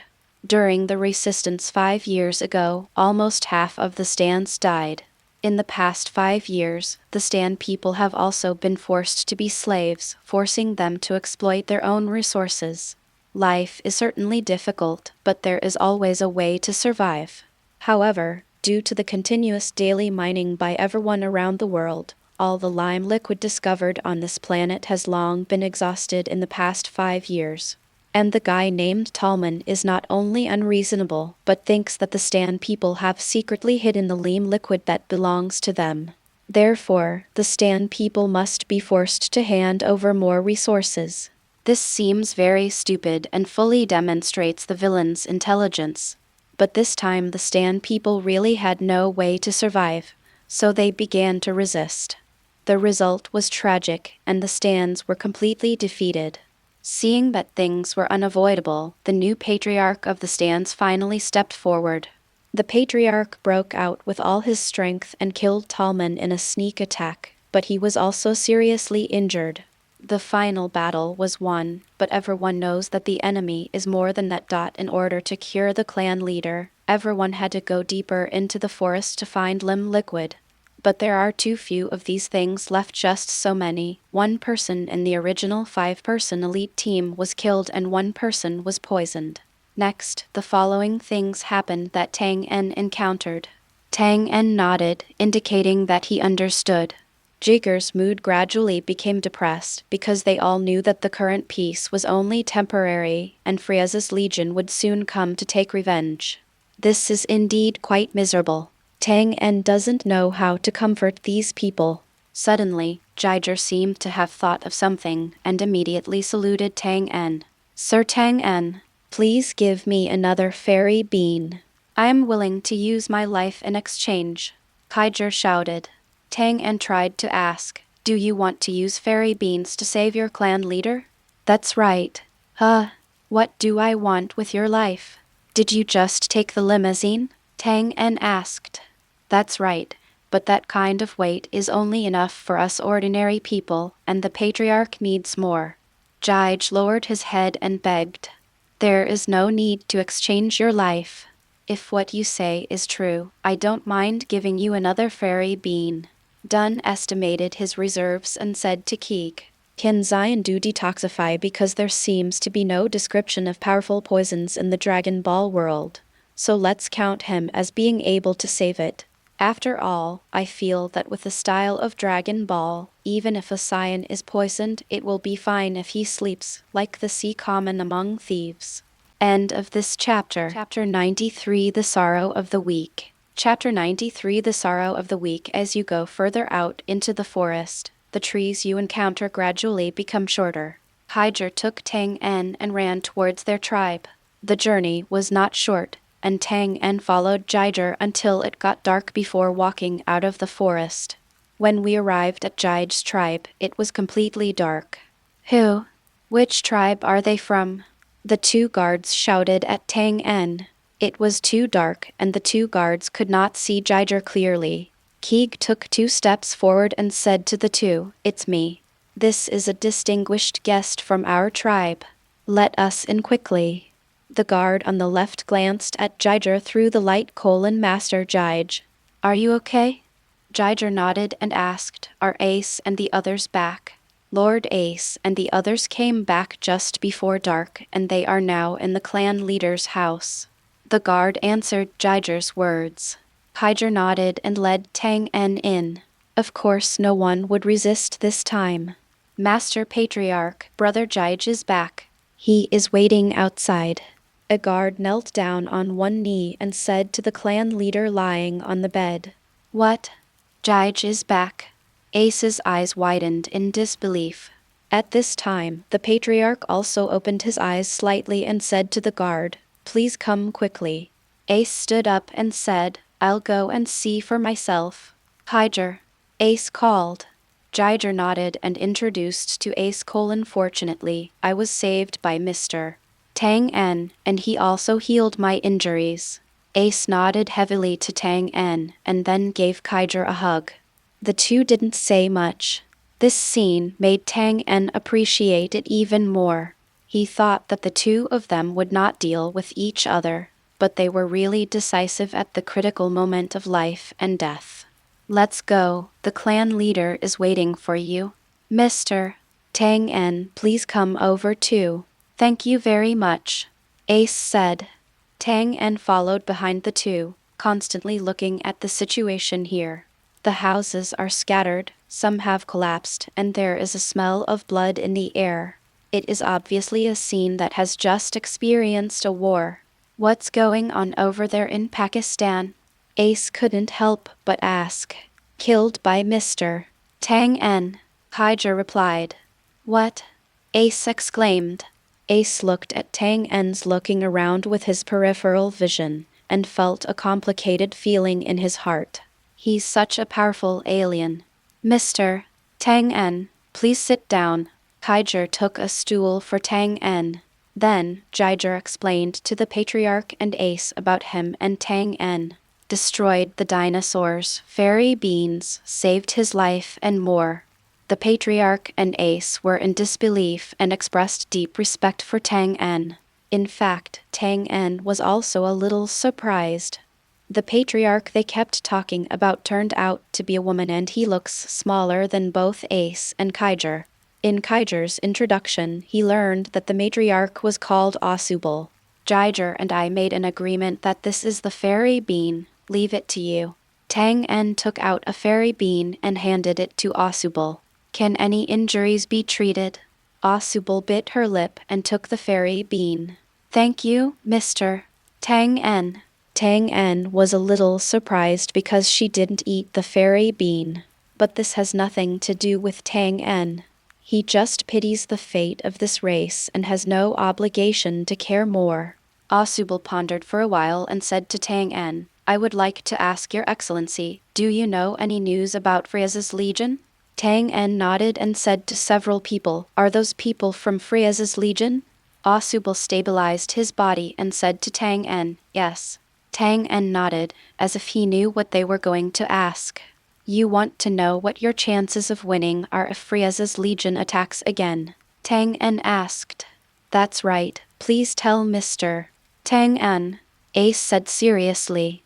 After knowing that Tang En came from the universe, everyone seemed to pay more attention to his views. After all, this kind of traveler must know more than them. Tang En sat back and said very directly, There is no chance of winning. What? Kaiser and Ace were both surprised. Is that so? Although both of them feel that there will be more bad luck in the future, but after their luck is shattered, they still feel unacceptable. After all, now that there is an extra fairy bean, it means that the patriarch can have one more life. Asubal closed his eyes and said feebly to Ace, How is the escape plan arranged? Ace replied darkly, We have learned how to use the spaceship from the prisoners' mouths. However, the spaceship has the position of Frieza's legion. Asubal nodded. Leave this planet first. As long as you can leave, we can't control the rest.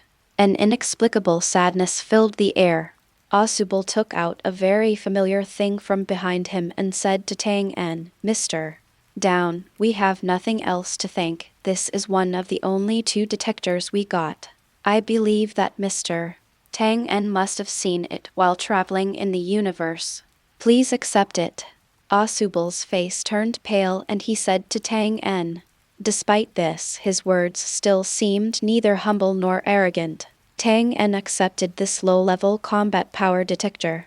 To be honest, a detector of this level could be easily built by him nowadays.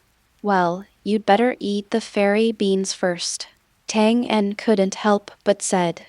Asubal forced a smile and said to Tang En, I'm laughing at you. I can only allow myself to use this magical medicine when I need it most. Just now I have already used lime liquid. Dun nodded. That's right, maybe you can kill one more enemy with this.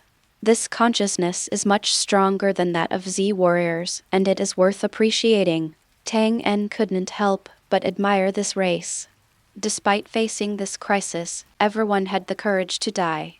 Moreover, apart from saving their clan leader, he never asked Tang En for anything else, such as asking him to help defend against enemies. Tang En was secretly planning that if a few people asked him to help eliminate Frieza's legion, he would turn around and leave! After all, everyone met by chance. Why should he be taken advantage of?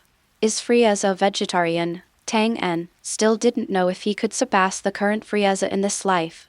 Tang En fumbled for the detector in his hand and didn't forget to mention it to a few people. This kind of detector has positioning and communication functions. Try not to turn it on when you are discussing things. Asubal nodded. Obviously they knew about this kind of thing. I don't need this kind of thing, so I'll just use it with you. I can use it to observe the enemy's strength and location. Tang En handed the detector to Jiger. After all, he really didn't need it. If nothing happens, I'm leaving here, everyone. Tang En expressed his attitude and said to the three of them. Tang En wouldn't risk his life if they met by chance.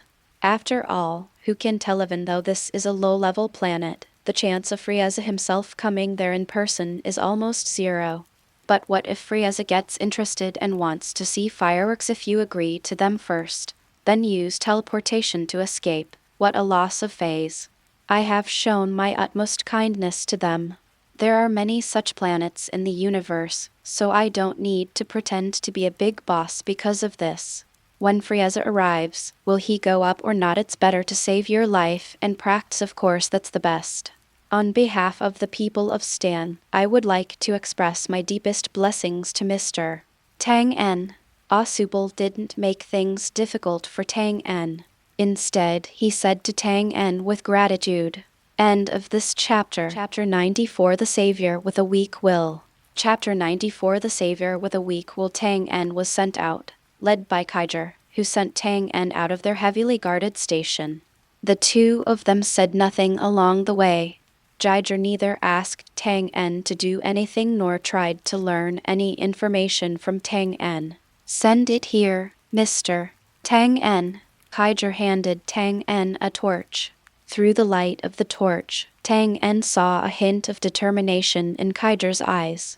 There will be a period later, Tang En blurted out, but Tang En felt something was wrong as soon as he said it. Sure enough, Jiger smiled bitterly and said to Tang En, although I am very grateful to Mr. Tang En, it would be better if we don't see each other later. The two laughed inexplicably. Tang En suddenly felt a little bitter in his heart. This guy was always ready to die. Tang En took a deep breath and came back to his senses. Yes, even if I have to kill them once or twice, can I still save them every time? Frieza won't be afraid just because his younger brothers are dying one after another. The commotion is getting serious, and Frieza will come sooner or later. Tang En tried his best to convince himself to reduce some of his guilt. At this time, Jiger had already left for a while. Tang En took the torch handed to him by Jiger and walked silently on the road ahead. It's really ugly. If it was Wukong, he would definitely help them, right? As if mocking himself, Tang En also walked faster. Patter the soil underground made a rustling sound. Gradually, Tang En's mood became a little irritable.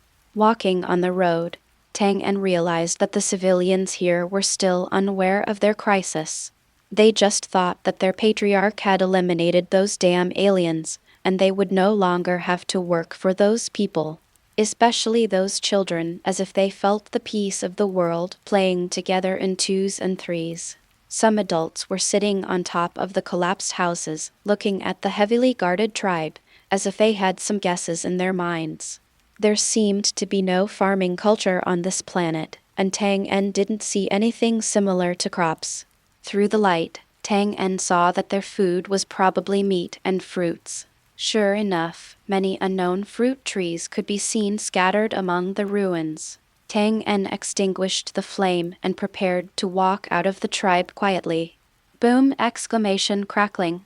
Tang En looked up, but the sky was pitch black and he couldn't see anything. Is it going to rain, Hat Boy? Doesn't he have a home? Come here to take shelter from the rain.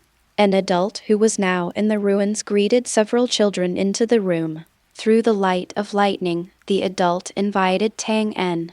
No, uncle. I still have to hurry. Tang En greeted loudly. Tang En looked at his clothes and felt that if he entered someone's house, he would be shocking for no reason. At that time, if you can't explain it clearly, your whole life will be in trouble.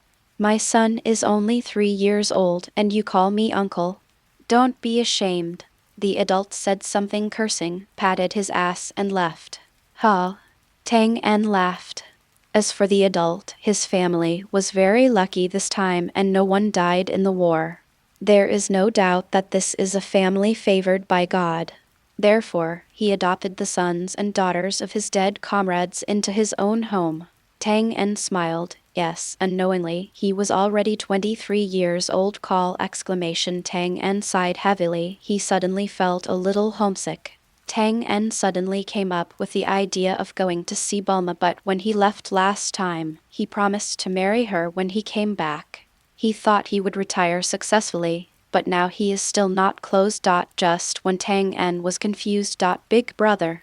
A child peeked out to watch, then ran towards Tang En. Children and adults just now belong to the same family. Tang En was stunned. Are you calling meth? Child ran over quickly, with nothing strange in his eyes. Is this because they don't recognize the difference between me and them? What a simple child, Tang En thought to himself. What's the matter? Is there anything I need, brother, to help? Tang En touched the child's head. This person looks very similar to Yupa under the Kailan Tower. Dad asked me to give this to you. The child took out a dark object and handed it to Tang En. Tang En took it. Thank you. Tang En was really surprised and thanked him. Several brothers and sisters came to our family today, and my mother made a lot of delicious food. The child was very happy to show off, and kept looking at Tang En after he finished speaking. It seemed like he was waiting for a response. Tang En touched the child's head and said to him, then go back quickly, don't let mother wait too long. Okay. The child nodded heavily and ran home quickly again. Only then did Tang En open the dark bag. It turned out to be a raincoat. Tang En grinned. Thank you, uncle. The heavy rain finally started to fall, but with this episode, Tang En actually put down his teleportation finger this time. Well, this raincoat is quite useful. Weiss asked me to imitate Kaishin and see what they would do if they were those guys. Clap. Tang En jumped and stood on the branch of a tree in the distance. Dawn broke off a branch full of leaves. A metaphysical prediction?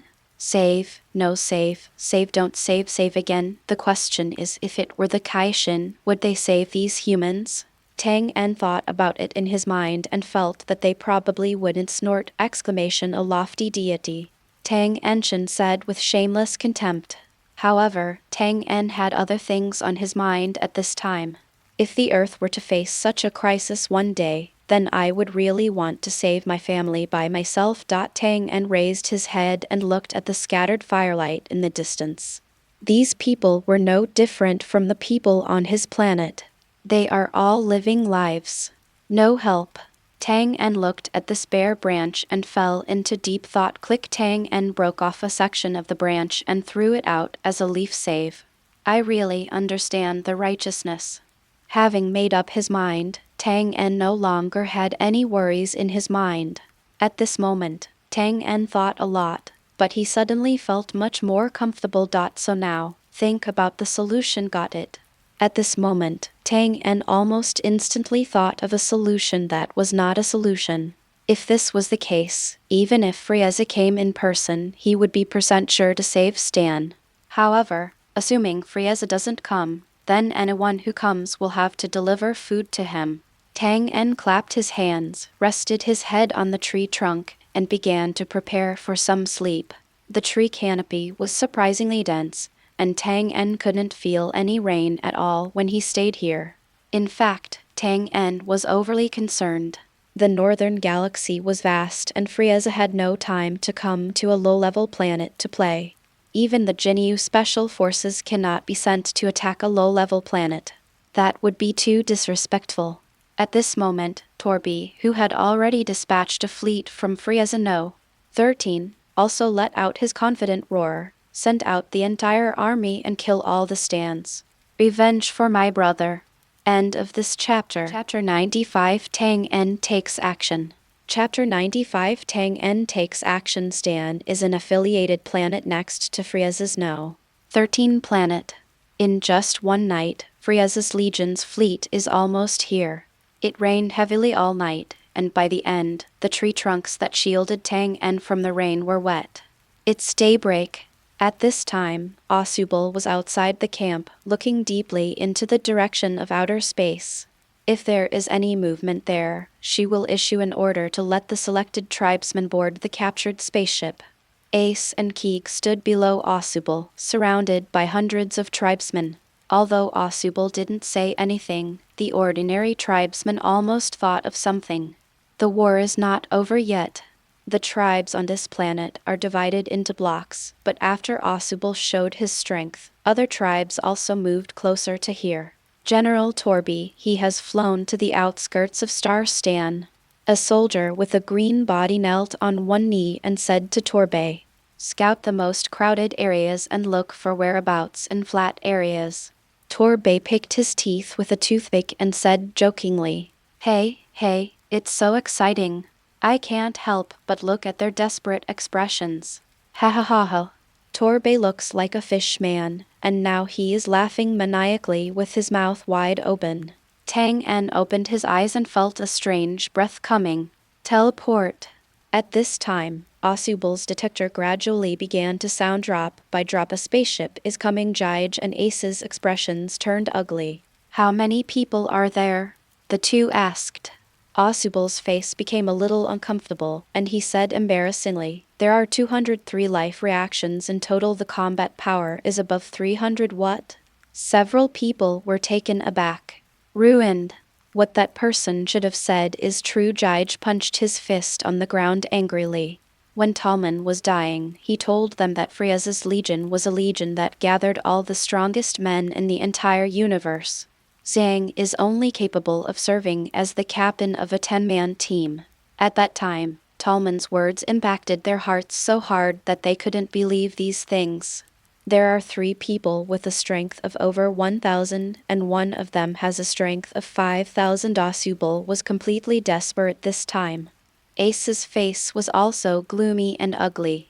Then, Jiger turned his head and said to the crowd behind him, "Start the spaceship, now." At the same time, the spaceship of Frieza's army also began to land at an extremely fast speed, unexpectedly staying 10 kilometers away from the tribe. Rumbling, the spacecraft stretched out its supports around like a spider and stayed firmly on the ground. "Wait a moment." A voice interrupted Keeg's words. It was Tang En. Asubal stared at Tang En in surprise and asked him, "You haven't left yet?" Tang En said to the 3 of them, "How should I put it? I suddenly changed my mind again unexpectedly." Asubal didn't have any expression of joy on his face. He just lowered his voice and said to Tang En, "Mr. Tang En, I know you are very powerful, but the other party sent someone with a combat power of 5,000 this time. This I don't want your sacrifice to be in vain." Jiger also said to Tang En, "Mr. Tang En, you don't belong to Planet Stan in the first place. There is no need to die with us." Tang En blinked, wanting to show that he was also very strong. "I can actually at this time," Ace said to Tang En: "I'm very sorry, Mr. Tang En." A trace of guilt appeared on Ace's face. "When you just arrived here yesterday, I had already tested your strength. After all, I am very sorry." Only then did Tang En react. That's right. He would definitely not reveal his full strength at ordinary times. The current level is only at the level of 500. Master Patriarch, the spaceship cannot be started. What? Now everyone panicked suddenly. That's because our spaceship is controlled by us. Ha ha ha. Torby flew over immediately, took out a controller, and said to everyone. Soon, not far away, a large group of people came quickly and stood close to Tulp. Are you the strongest person on this planet? Torbay turned on the combat power detector and checked the people present one after another. Oh, there is really a level of 1150, and there is also a guy with 500, and others. PFFT tilde Torbay floated in the air, smiling from ear to ear. It's really a low-level race. No one else has a strength of more than 100, ha ha ha ha. Jaige's face was ugly, and the hand holding the spear trembled slightly. Call out exclamation. A jet of Qigong shot out, directly attacking Torby's body. Exclamation boom exclamation. An explosion sounded. Asubal lowered his palm and tried to check the result of this attack. Drip. The gap is still too big. The detector clearly showed that the opponent's life had not fluctuated at all. Is it over? Asubal was very powerless. When the smoke dissipated, Torby's smile froze and he patted his head carefully. Bullshit. You just scared my Uncle Torbay. Torbay roared loudly, and all the strength in his body spurted out. Torb's aura is still very powerful, similar to the strength of the Cyan Nappa. Death to me, Torbay shouted ferociously. Exclamation. He wants to kill the strongest person first, and then leave the weaklings to play slowly. What? So fast? In the eyes of Keeg and Ace, Torby seemed to appear in front of Asubal in an instant. Damn. Then, Torbay threw a punch. Boom exclamation. Master Patriarch. There was a muffled sound, and everyone hurriedly turned their attention to Asubal. They were so shocked just now that they didn't react to anything. What? Torby opened his eyes wide, looking at the young man who suddenly appeared in front of him. Who tilde? Asubal was so frightened that she broke into a cold sweat and quickly took a few steps back. In the blink of an eye, she saw Talb in front of her. At the same time, a pair of huge fists were being blocked by the alien named Tang En. I'm sorry, this guy just inserted me impolitely, and I didn't even have time to say anything. Tang En squeezed Torby's hand hard, causing him to scream in pain. I'm ridiculously strong. Torbit screamed. You who are you? Why are you going against our Frieza Legion? I'm sorry, Tang En is not in the habit of talking nonsense to the enemy. Tang En raised his knee and pressed it hard against Talb's chest. Click. Ah. Torbay's eyes were about to bulge out at this moment, and his body flew away like a kite with a broken string. Puff.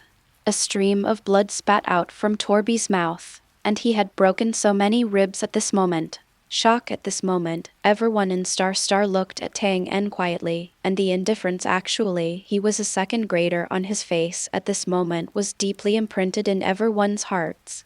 Thanks to the three book friends Zyman Gauden, Mr. Lin Yin, and Wang Buijun of Q Mingshan Mountain Car God for their rewards. Good brothers. End of this chapter. Chapter 96. Chapter 96. These people are surprisingly weak. There is no expert here, so I was worried for most of the night. After punching Tang En, he clapped his hands.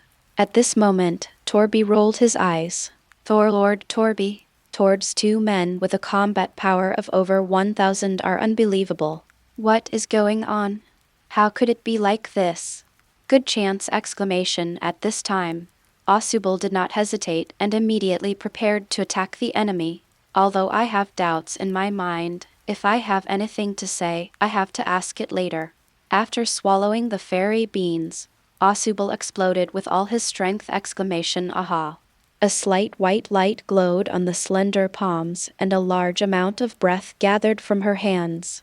Then, a burst of blue Qigong was released from Asubal's hand and exploded into the crowd of Frieza's Legion. Boom exclamation. Cut grass without eradicating its roots. But the spring breeze blows and grows again exclamation. Then, Tang En moved at high speed and instantly arrived next to the two most powerful survivors among the survivors. Extend your palm attack exclamation boom exclamation before the two of them could react. They were reduced to ashes by Tang En's Kigum attack with tens of thousands of combat power. At this point, Tang En still felt that Torby at his feet was not completely dead, so he quickly gave him another shot call out exclamation a ray of light pierced Torb's heart, and then Tang En fired another Kigum shot boom exclamation clean and neat, blown away exclamation not on one level at all. My lord, run away. That's a monster, shouted a soldier from Frieza's legion. As soon as the three officers died, everyone immediately became confused. Run away. Ask for support. Attack. At this time, Kaiser and Ace commanded everyone on stand to attack. Everyone used powerful bows and arrows and really dealt some blows to Frieza's army. As a result, the scene became a one-sided situation. In less than 5 minutes, almost all the soldiers of Frieza's legion were killed in front of a high-level combat force. No matter how many soldiers there are, they are just serving food. Patzig threw a half-dead Frieza's soldier to the ground. Whose subordinates are you? Asubal asked coldly. My lord, don't kill me. I'll tell you everything. Stop talking nonsense. Ace looked at him coldly. Let you go, there is no food on this planet that can feed the people who slaughtered our fellow humans. I said. Our leader is Master Kaiou, and all these are his orders. The soldier was picked up by Ace, who was far inferior to him, and seemed to be trembling. There is no strong heart. Tang En would not pay attention to the fate of this soldier. But Frieza's legion is really, if you hit the small one, the big one will come. If you hit the big one, the old one will come. Tang En complained silently. Asubal asked again, how powerful is that person named Kaiou? When Xiaobing saw him here, he became more courageous than ever before and said with a little pride, Our Lord Kaiou has a combat power of up to 18,000. The air suddenly condensed, and everyone felt a little uneasy. Asubal and others subconsciously looked at Tang En's expression. Will he have a way? After all, everyone knew by now that Tang En was definitely the strongest. It turned out to be Kaiou. Tang En thought that this was a character in the plot. He was a mortal enemy of Vegeta, but when Vegeta came back from Earth, he easily destroyed him. Mr. Tang En knows this person? Jiger asked Tang En. Now they can only place their hope on Tang En. It doesn't count as acquaintance, just heard of it, so it doesn't matter. Tang En came over and asked the soldier does your chief Kaiou know what's going on now? This soldier is most afraid of Tang En. It was him just now who beat Lord Torbay and 3 of them to death in the blink of an eye. Just now someone sent out a distress signal. Master Kaiou will probably know about it soon. Tang En nodded, indicating that he understood. Kaiou didn't care anymore, he was only afraid of Frieza right now. Tang En thought for a while. Since he decided to save this planet, he should save it completely. Otherwise, if we leave like this, wouldn't all our previous efforts be wasted? It doesn't matter. Does this mean it can be saved? A glimmer of life appeared in Asubal's eyes. This opportunity there were bursts of chaotic sounds. I saw Asubal and others kneeling down on one knee in front of Tang En. Mr. Tang En, I'm sorry. I hope you can help us this time. Asubal bit his lip tremblingly, pleading word by word. Tang En kept his expression calm for the time being, and there was no problem in saving him. But it feels weird why these people are so out of character. In fact, the ants are still surviving. Kaiser, Ace, and countless other stands certainly do not want their homes to be destroyed by others. It turned out that it wasn't that they didn't want to ask for help from him, but that they simply thought that Tang En couldn't do it. In this case, they definitely don't want to implicate Tang En himself. But now, Tang En's unfathomability gave them a glimmer of hope again. They have to grasp it no matter what exclamation. Maybe it would hurt others, but it would be better than genocide exclamation. Survived. Tang En looked directly into Asubal's eyes, and he saw the desire for life in her eyes. This is a tenacious race. Tang En has known about it for a long time. Strong, self-respecting, and unyielding can all be used as adjectives for them.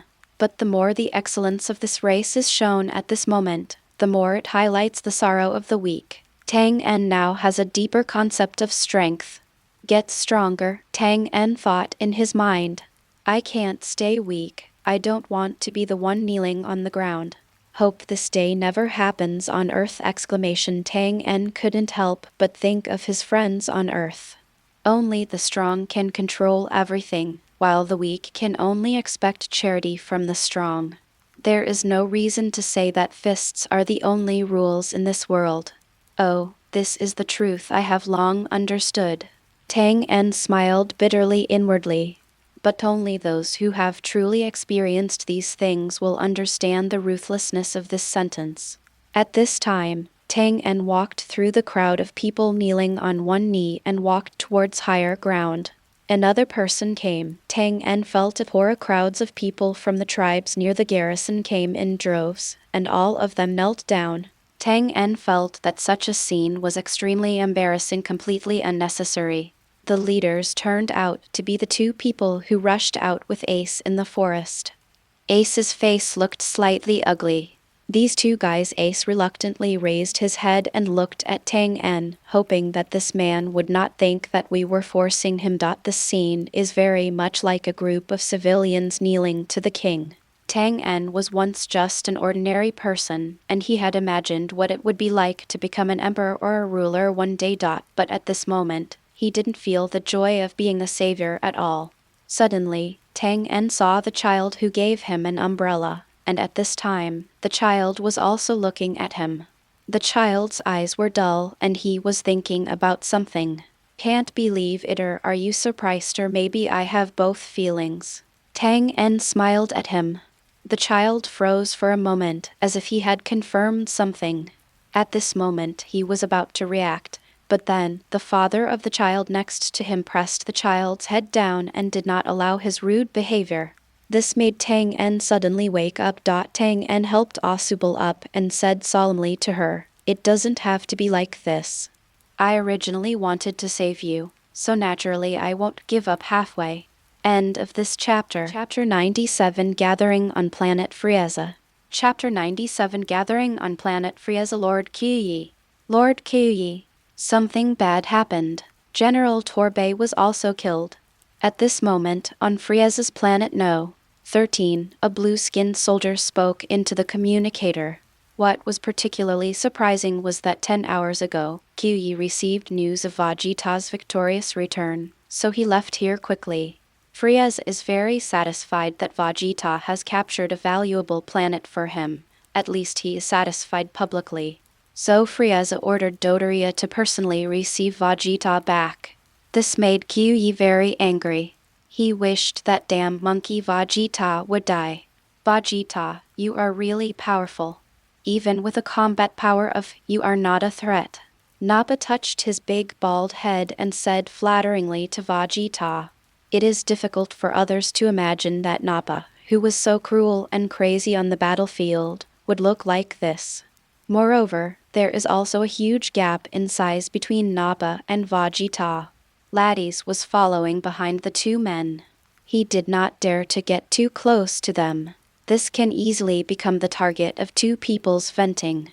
After all, Frieza's legion does not treat the three of them as well as it seems. In previous battles, he often just cleaned up the miscellaneous soldiers, and this was still an ordinary planet. When encountering a high-level planet, he can only hide and watch from a distance, and is responsible for the food problem of a team of up to 3 people. And he can only be responsible for praising Nappa, who is standing aside, and he is not even qualified to say, "Vegeta, you are so awesome." Vegeta's eyes were cold. At this moment, he still retained more of the cruelty and cold-bloodedness of the Saiyans. Lord Vegeta, Lord Nappa, Lord Laddies. The non-combatants on the side watched the 3 Saiyans get off the spaceship, and at the same time handed over brand new combat uniforms. If any of the 3 people is injured, they are also responsible for taking him to the treatment warehouse for medical treatment. Obviously, it's not needed this time. It's really awesome. I heard that Vegeta and the others are attacking a high-level planet this time. Several non-combatants from Frieza's legion thought secretly in their hearts. Where's Dodoria? Vegeta changed his clothes and asked the spotted man behind him. The spotted man wiped his sweat and felt a little at a loss. Okay. Vegeta glanced at the spotted man. Didn't Frieza tell that fat guy to pick him up? Be Lord Vegeta, Lord Dodoria said. Spotted people look left and right, hesitating in speech. So much nonsense. Do you need me to straighten your tongue for you? Nappa shouted. The spotted man was excited and said hurriedly, Master Dodoria asked the 3 adults to prepare and go to see him. Then he will take the 3 adults to see King Frieza. This kind of treatment was already expected and there was nothing surprising about it, but Vegeta still seemed a little displeased. Well, Nappa covered his head, wondering why Vegeta was unhappy. Vegeta sneered and asked to himself, that fat pig wouldn't be so polite, would he? Everyone in spots dare not speak, but he dare not answer these words. Dodoria Vegeta got dressed and wrapped his tail around his waist.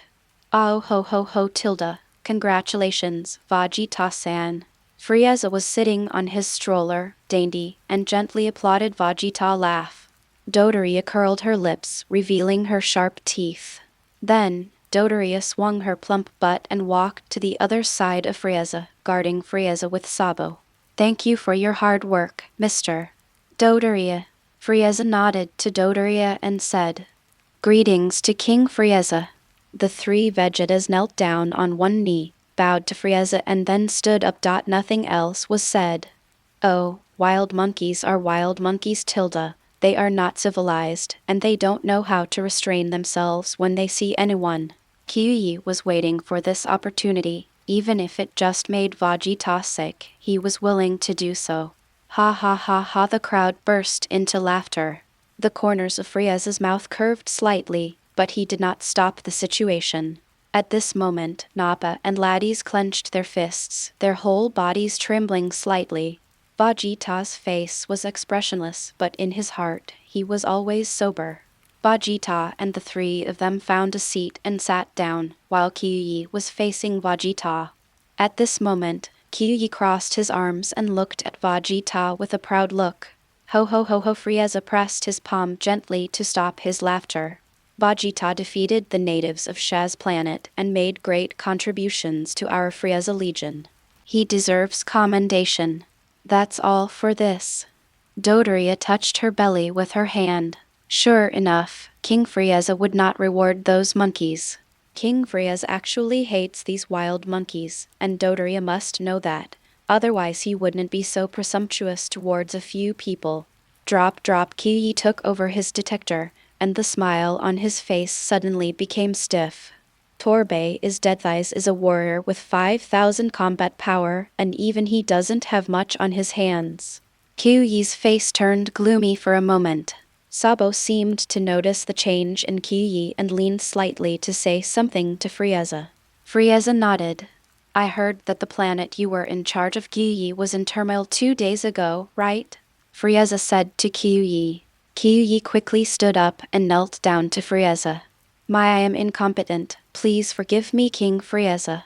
Frieza picked up the wine glass that Sabo handed him and shook it, obviously not angry either. Ho ho ho tilde. Don't worry. It's just a low-level planet. The humans on it are too stupid. Rebellion is normal. How are you doing now?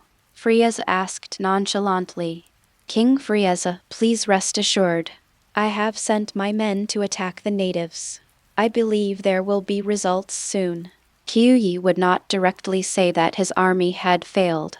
However, King Frieza actually found out. At this moment, Kaiou was extremely furious, and he made up his mind that he would go to Planet Stan in person as soon as he returned. He will first kill all the people on this planet, and then blow up the entire planet. Frieza nodded. Then I'll wait for your good news. Suddenly boom exclamation, a violent explosion sounded outside. Pat, Dodoria and Sabo were the first to stand in front of Frieza. There is going to be an explosion here. Ask, what happened? An unhappy mood appeared on Frieza's face. Sabo immediately turned on the detector and asked. After getting the reply, he said to Frieza: reporting to King Frieza, an outsider suddenly appeared on Frieza's planet. It was our guards who attacked just now. Oh ho ho ho ho tilde Frieza smiled. It's funny, someone would have such guts. I don't know which guy is impatient. Kaiou stood up and asked Frieza for credit: King Frieza, let me deal with this reckless guy for you. Who wants to sit when you can lie down? In the end, you have to stand. End of this chapter. Chapter 98. Chapter 98. Kaiou fell down in 3 seconds outside the palace. Tang En dusted himself off. The Frieza Legion soldiers in front of him had fallen to the ground. However, these Frieza Legion soldiers are still good at gua sha. The dust stirred up by the successive bombings caused Tang En to cough. After coming out of Planet Stan, after several turns, Tang En finally found out Frieza's location and teleported here. Planet Frieza? It should be here. What is Tang En doing here? First of all, let me state that he is not here to die. Tang En's head is not that strong, and he wants to kill Frieza in order to protect a planet. There is a saying that goes, well, if you can't defeat someone, then what will you do?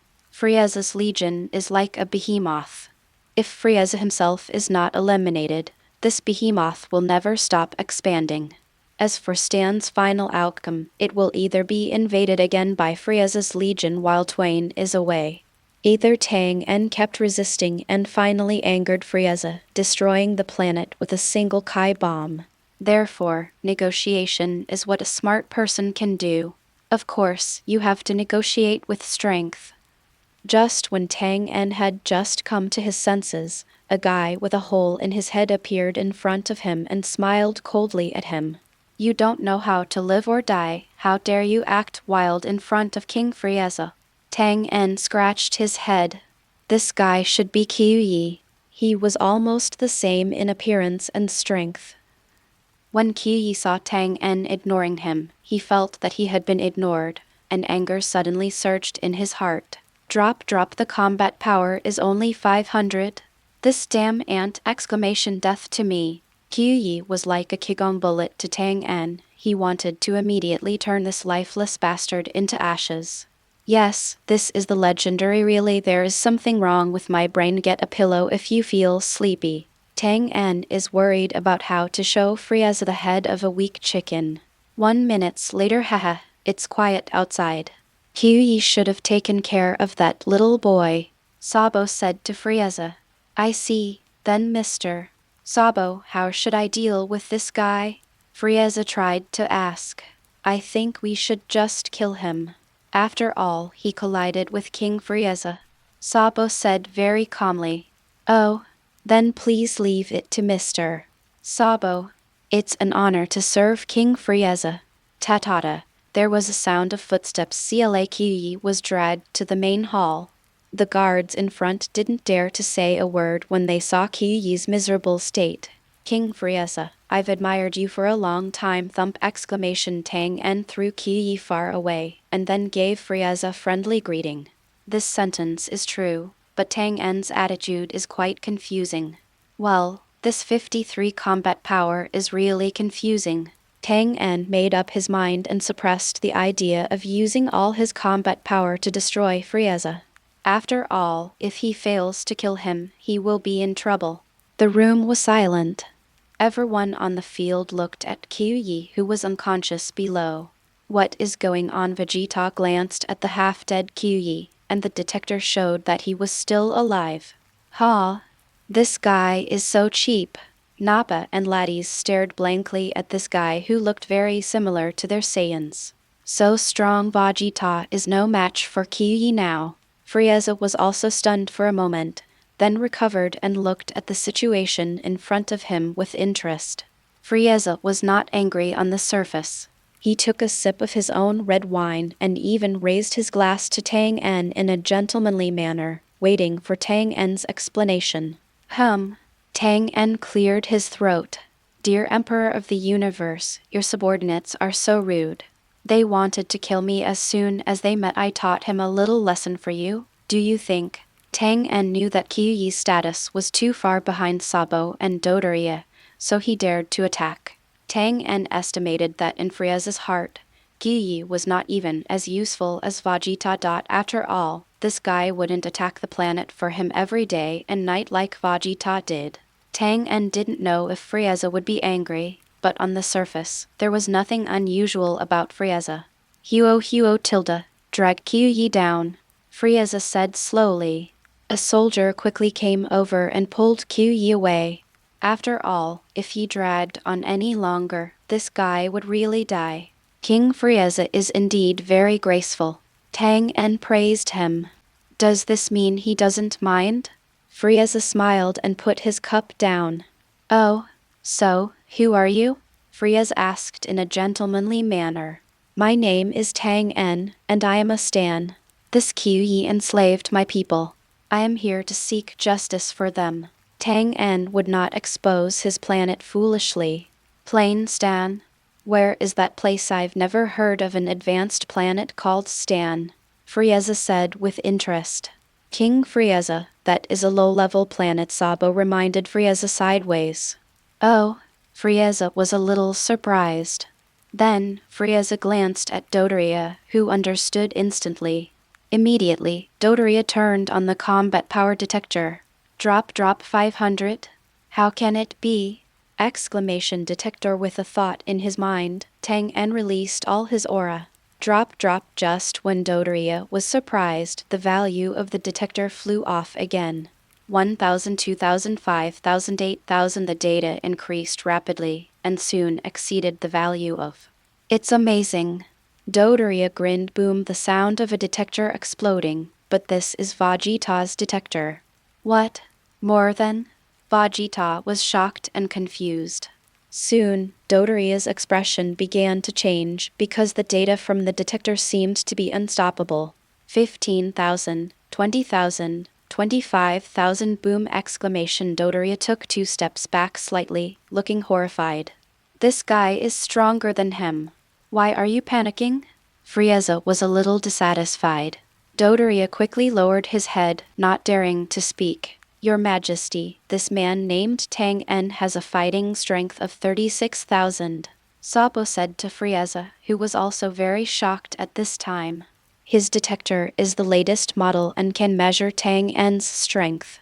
What, 36,000? Exclamation. This made everyone present feel terrified. Even Vegeta twitched the corners of his mouth slightly. Oh ho ho ho ho ho ho. Frieza actually laughed loudly.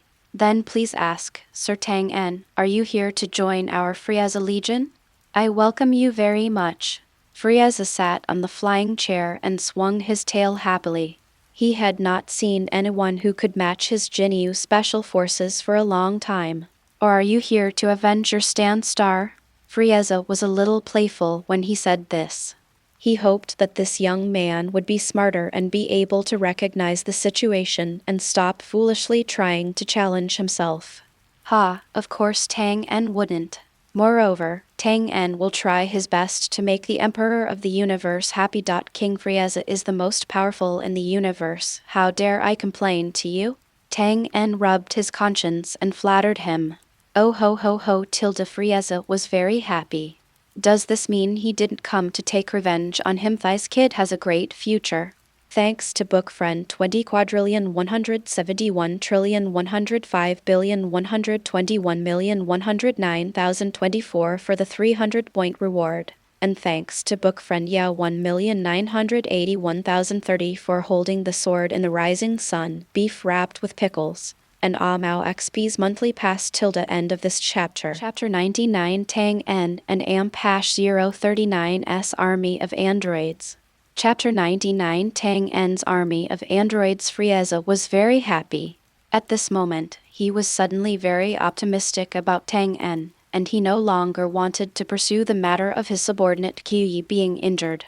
So, Sir Tang En is here to defect to me? Frieza asked Tang En tentatively. Dodoria's face next to Frieza was a bit ugly. He couldn't stand it when someone overshadowed him. At the moment, Dodoria just hopes that Tang En will not care about life and death and contradict Frieza. However, yes, I am willing to surrender to King Frieza on behalf of our planet Stan. Tang En said. It simply Othai's direct attitude made Frieza a little unbelievable for a moment. What a wonderful surprise. Oh hoo. This is the best. Frieza turned around and nodded happily. Has my reputation spread so far? Thighs is really something to be happy about. For Frieza's legion, there is still a big gap between slaves and subordinates.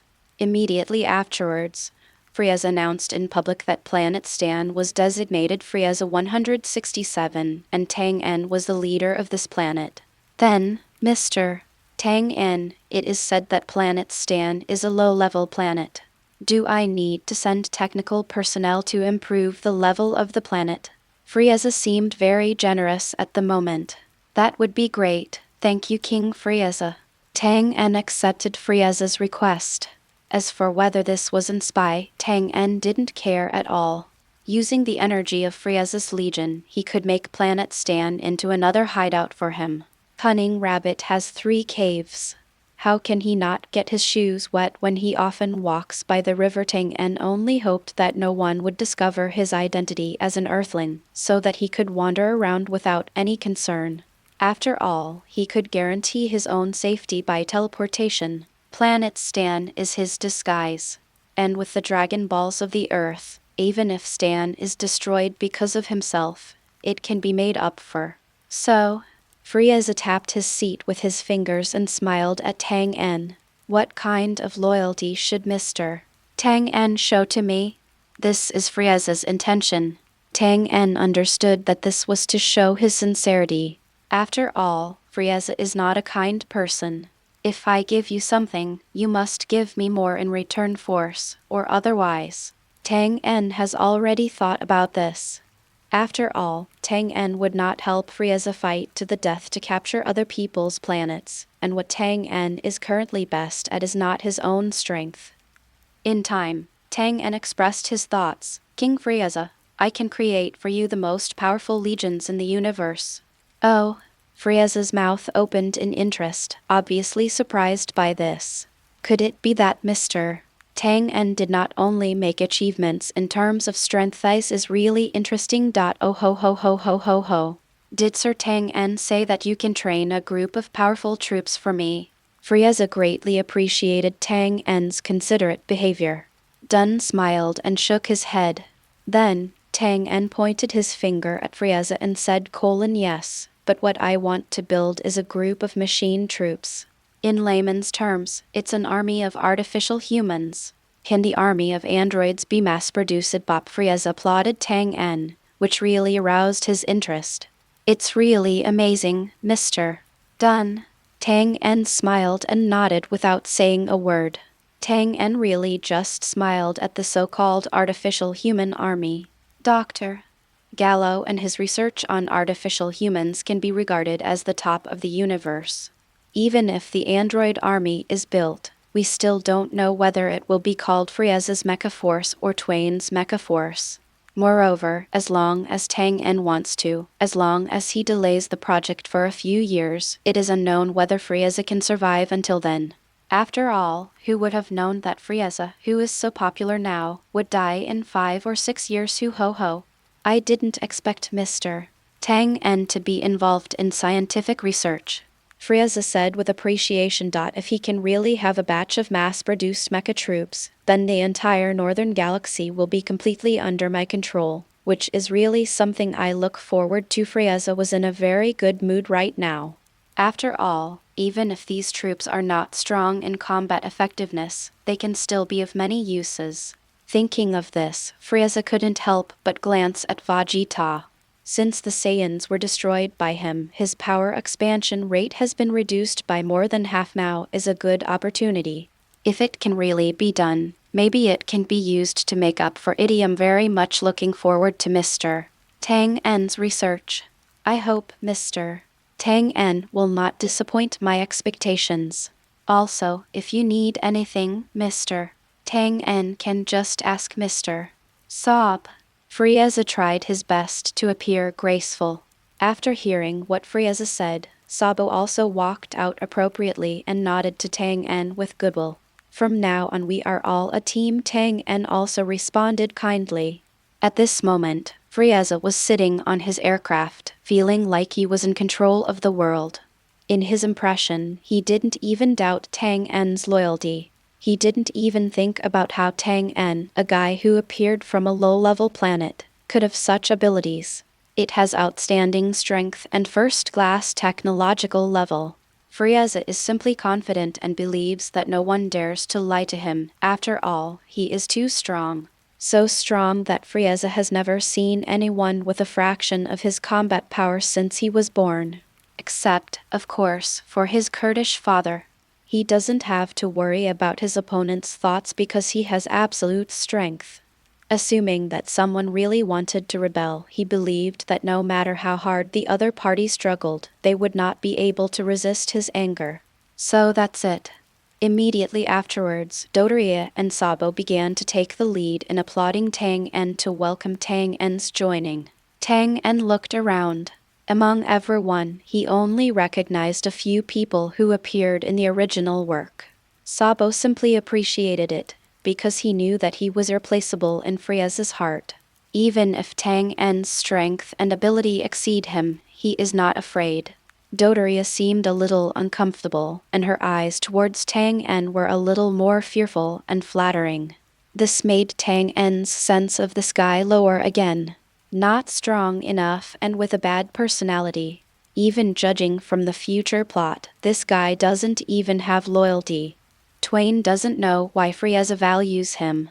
Maybe it's because of the flattery. Next came the Cyan trio. Vegeta had a cold expression on his face, as if he had nothing to do with me. This bad temper seemed to grow on his face, and he had a disgusting constitution. No wonder everyone in Frieza's legion doesn't like him very much. Cough. Lao Bei, if you are not strong enough, you have to stop being arrogant for the time being. Tang En thought silently. With this thought in mind, Tang En found a seat next to Vegeta and sat down. Soon, someone brought all kinds of fruits and food to Tang En's location, and drinks were also available. Laddies and Nappa next to them were very afraid of Tang En and quickly moved in Vegeta's direction. Then cheers to Mr. Tang En for joining us. Frieza raised his glass and said to everyone cheers. At this time, everyone became active and toasted Tang En together. No one mentioned that this party was for Vegeta's triumphant return, and that was just stupid. Nappa and laddies dared not speak out when they were angry, so they could only remain angry silently behind Vegeta. Vegeta didn't seem to notice anything. As soon as Frieza finished speaking, he started eating and drinking. It didn't seem to be affected in any way. Only when Tang En came over, Vegeta took a deep look at him, and then took off his damaged combat power detector. During the entire process from entering the hall to now, except for the words about meeting Frieza, Vegeta never said a word. Thank you to book friend Aluohua for your 1,500-point reward and monthly pass. Thank you to book friend I am Ian for your reward. Thank you to book friends Stingy Turtle Talisman, Old Bookworm Purification, Fuyang Chang, and Tianchen Zioeu for your monthly pass. End of this chapter. Chapter 100 Vegeta&amp #039's Enlightenment. Chapter 100 Vegeta's Enlightenment. No man's land outside the palace. Damn it. We almost lost our lives in the fight, but that Frieza saved us with just one sentence. The banquet was over at this time, Nappa said to Vegeta as he walked. Vegeta ignored him and walked straight forward. Nappa was very unwilling to see Vegeta pass by him, so he caught up with Vegeta and said, Vegeta, don't you feel unwilling? He heard that our planet Vegeta, was not caused by a collision with other planets! Do you know? Did you hear me? Laddies was very surprised. What did you say? Nappa turned around and told Laddies, it's all Frieza's fault. Is this true? Laddies really didn't know. Nappa was obviously very convinced, standing there and shouting to Vegeta, Vegeta, the one who killed your father, King Vegeta, and caused our planet to explode was all that stinky Frieza. Damn, Nappa was very angry at this act of working for the enemy. Vegeta stopped and stood with his back to Nappa and laddies. Nappa also looked at Vegeta silently. Vegeta turned his head slightly and said softly, "Of course I know." What Nappa was extremely puzzled. You know? Then if you know, why do you still work under him? Why? Vegeta turned his back and slowly looked at the sky. No matter whose hands my father died, or whose hands our hometown was destroyed. Vegeta paused. Nappa and laddies opened their mouths, wondering why Vegeta was so indifferent. None of this has anything to do with me. Vegeta said his words indifferently. Ah. The two of them didn't know what to say.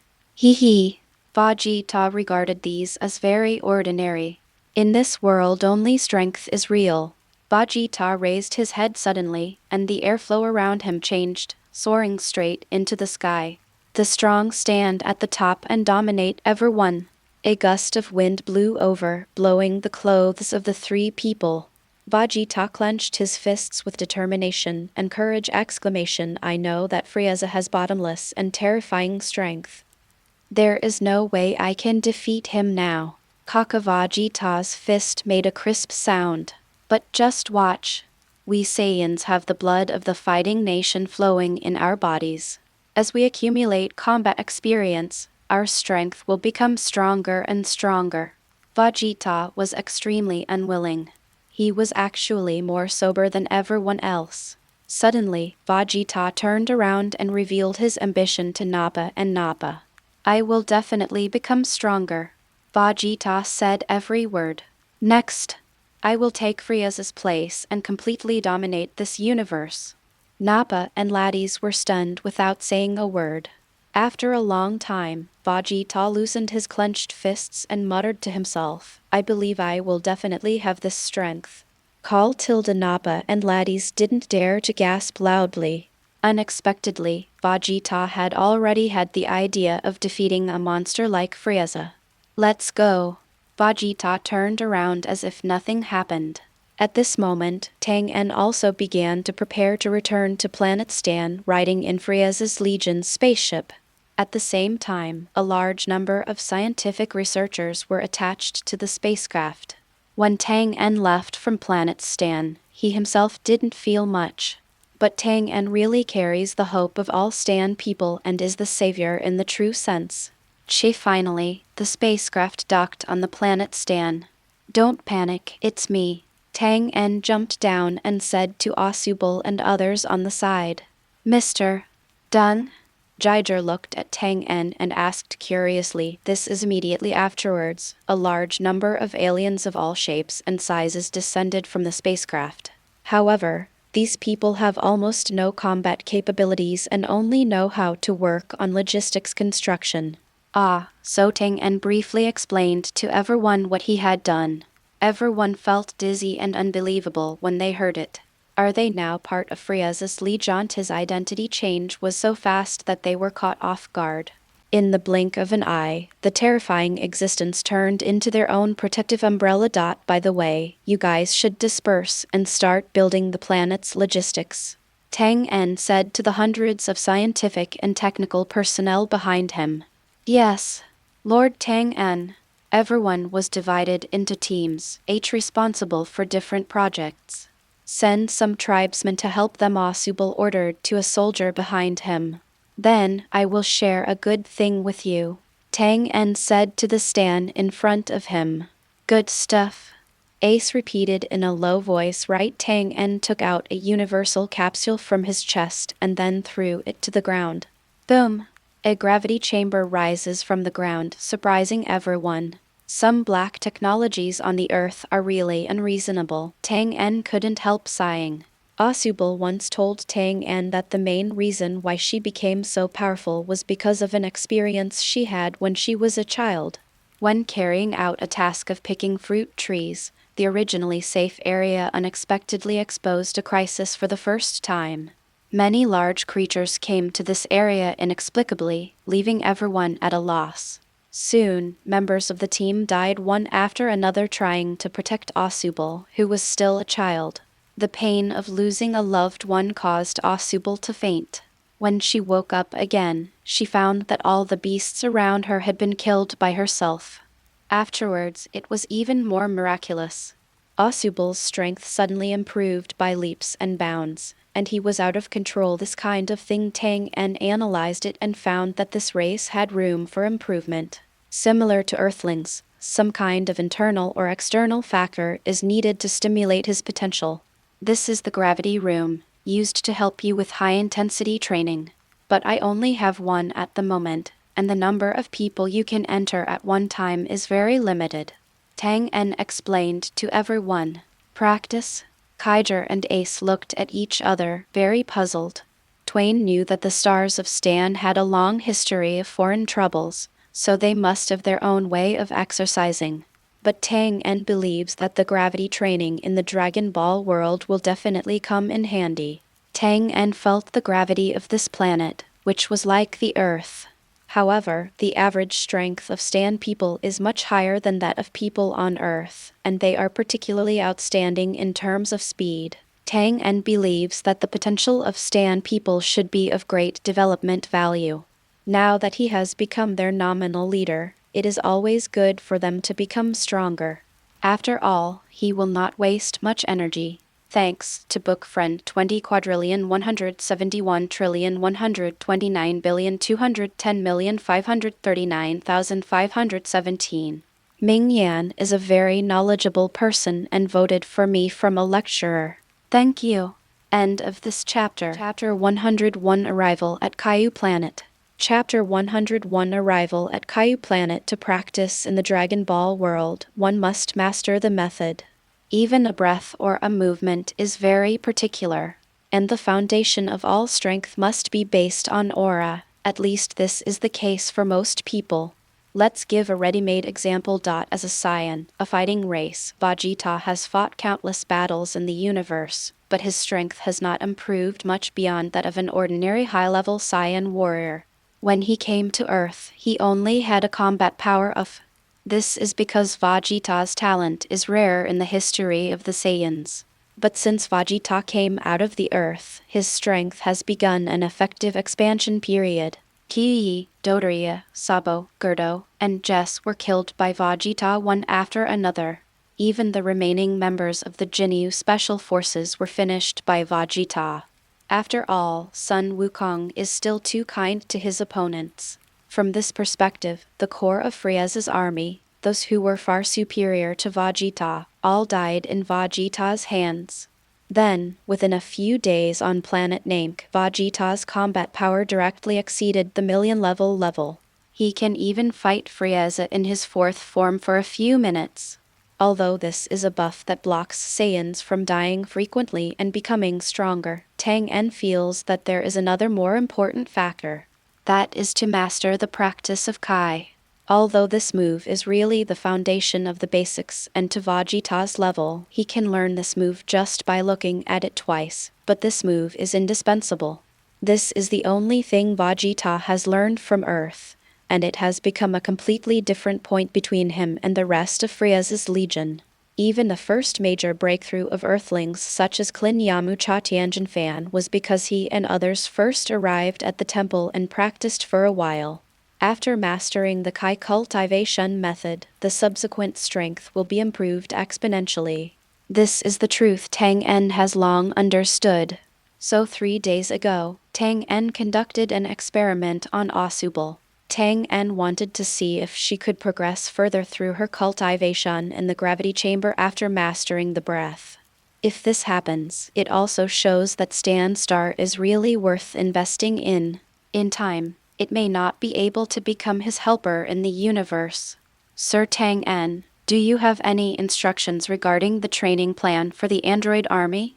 At this time, a short alien with a beard said to Tang En.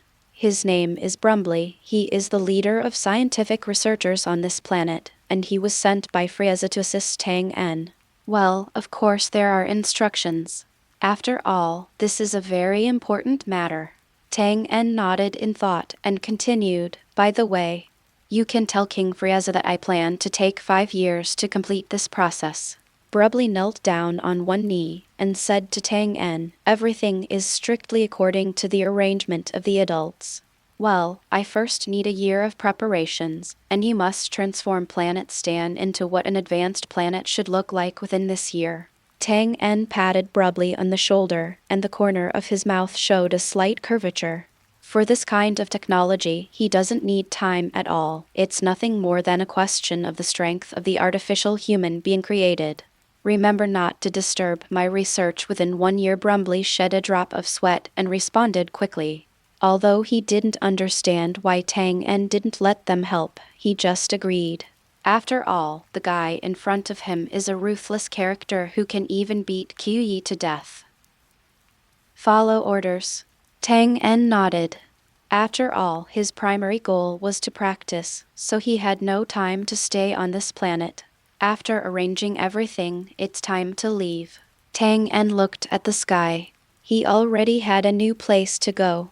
Kaiou, this person, was not as arrogant as Weiss, and Tang En thought that he could still learn something from him.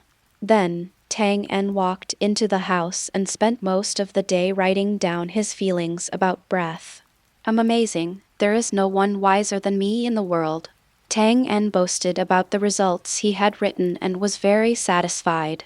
The above content contains some of his insights on basic cultivation and the overall process.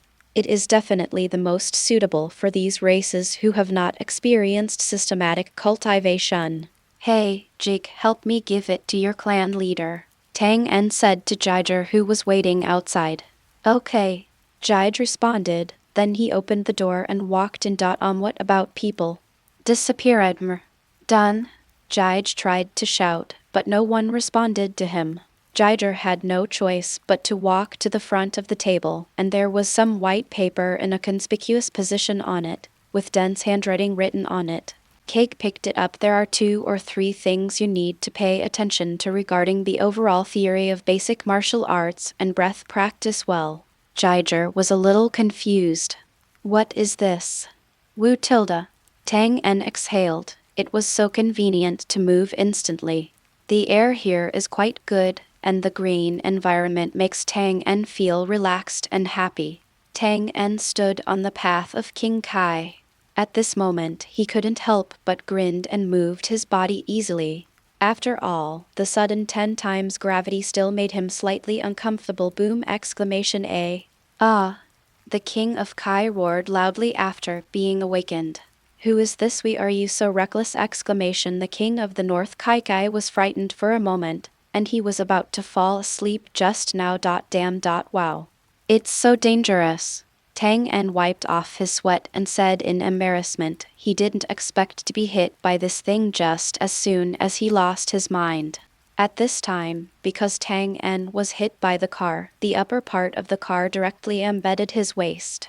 "Ugh, you don't look at the road. Didn't you see that I was racing?" Kaiou was startled, and his hands holding the steering wheel were trembling slightly. "I'm so sorry." Tang En scratched his head and pulled himself out of the car. "It's obvious that you are driving without looking at the road." Kaiou quickly adjusted his small glasses and jumped out of the broken car. Today's young people are so reckless. Tang En sensed that there was no aura of Sun Wukong on this planet, which meant that the gods had not told Wukong about the King of Kai yet. Ouch! Ouch! Babris walked to the side of the King of Kai with strange steps and stared at Tang En curiously. The Kaiou asked, "Where did you come from, and why did you come to see me, Kaiou-sama?" Tang En confessed to the King of Kai, "My name is Tang En. I am from Earth. I arrived here through teleportation." For some people, Tang En had no need to hide himself. The King of Kai scratched his head and thought to himself, "Tang En?" Such a familiar name. Suddenly, King Kai seemed to think of something. "Well," the King of Kai was startled, and then he immediately used the antenna on his head to glance at the planet Stan within his jurisdiction. Then I looked at Tang En's face again. Northern Kaiwing shrugged. Sudden wow. You are you that guy from Frieza's Legion?"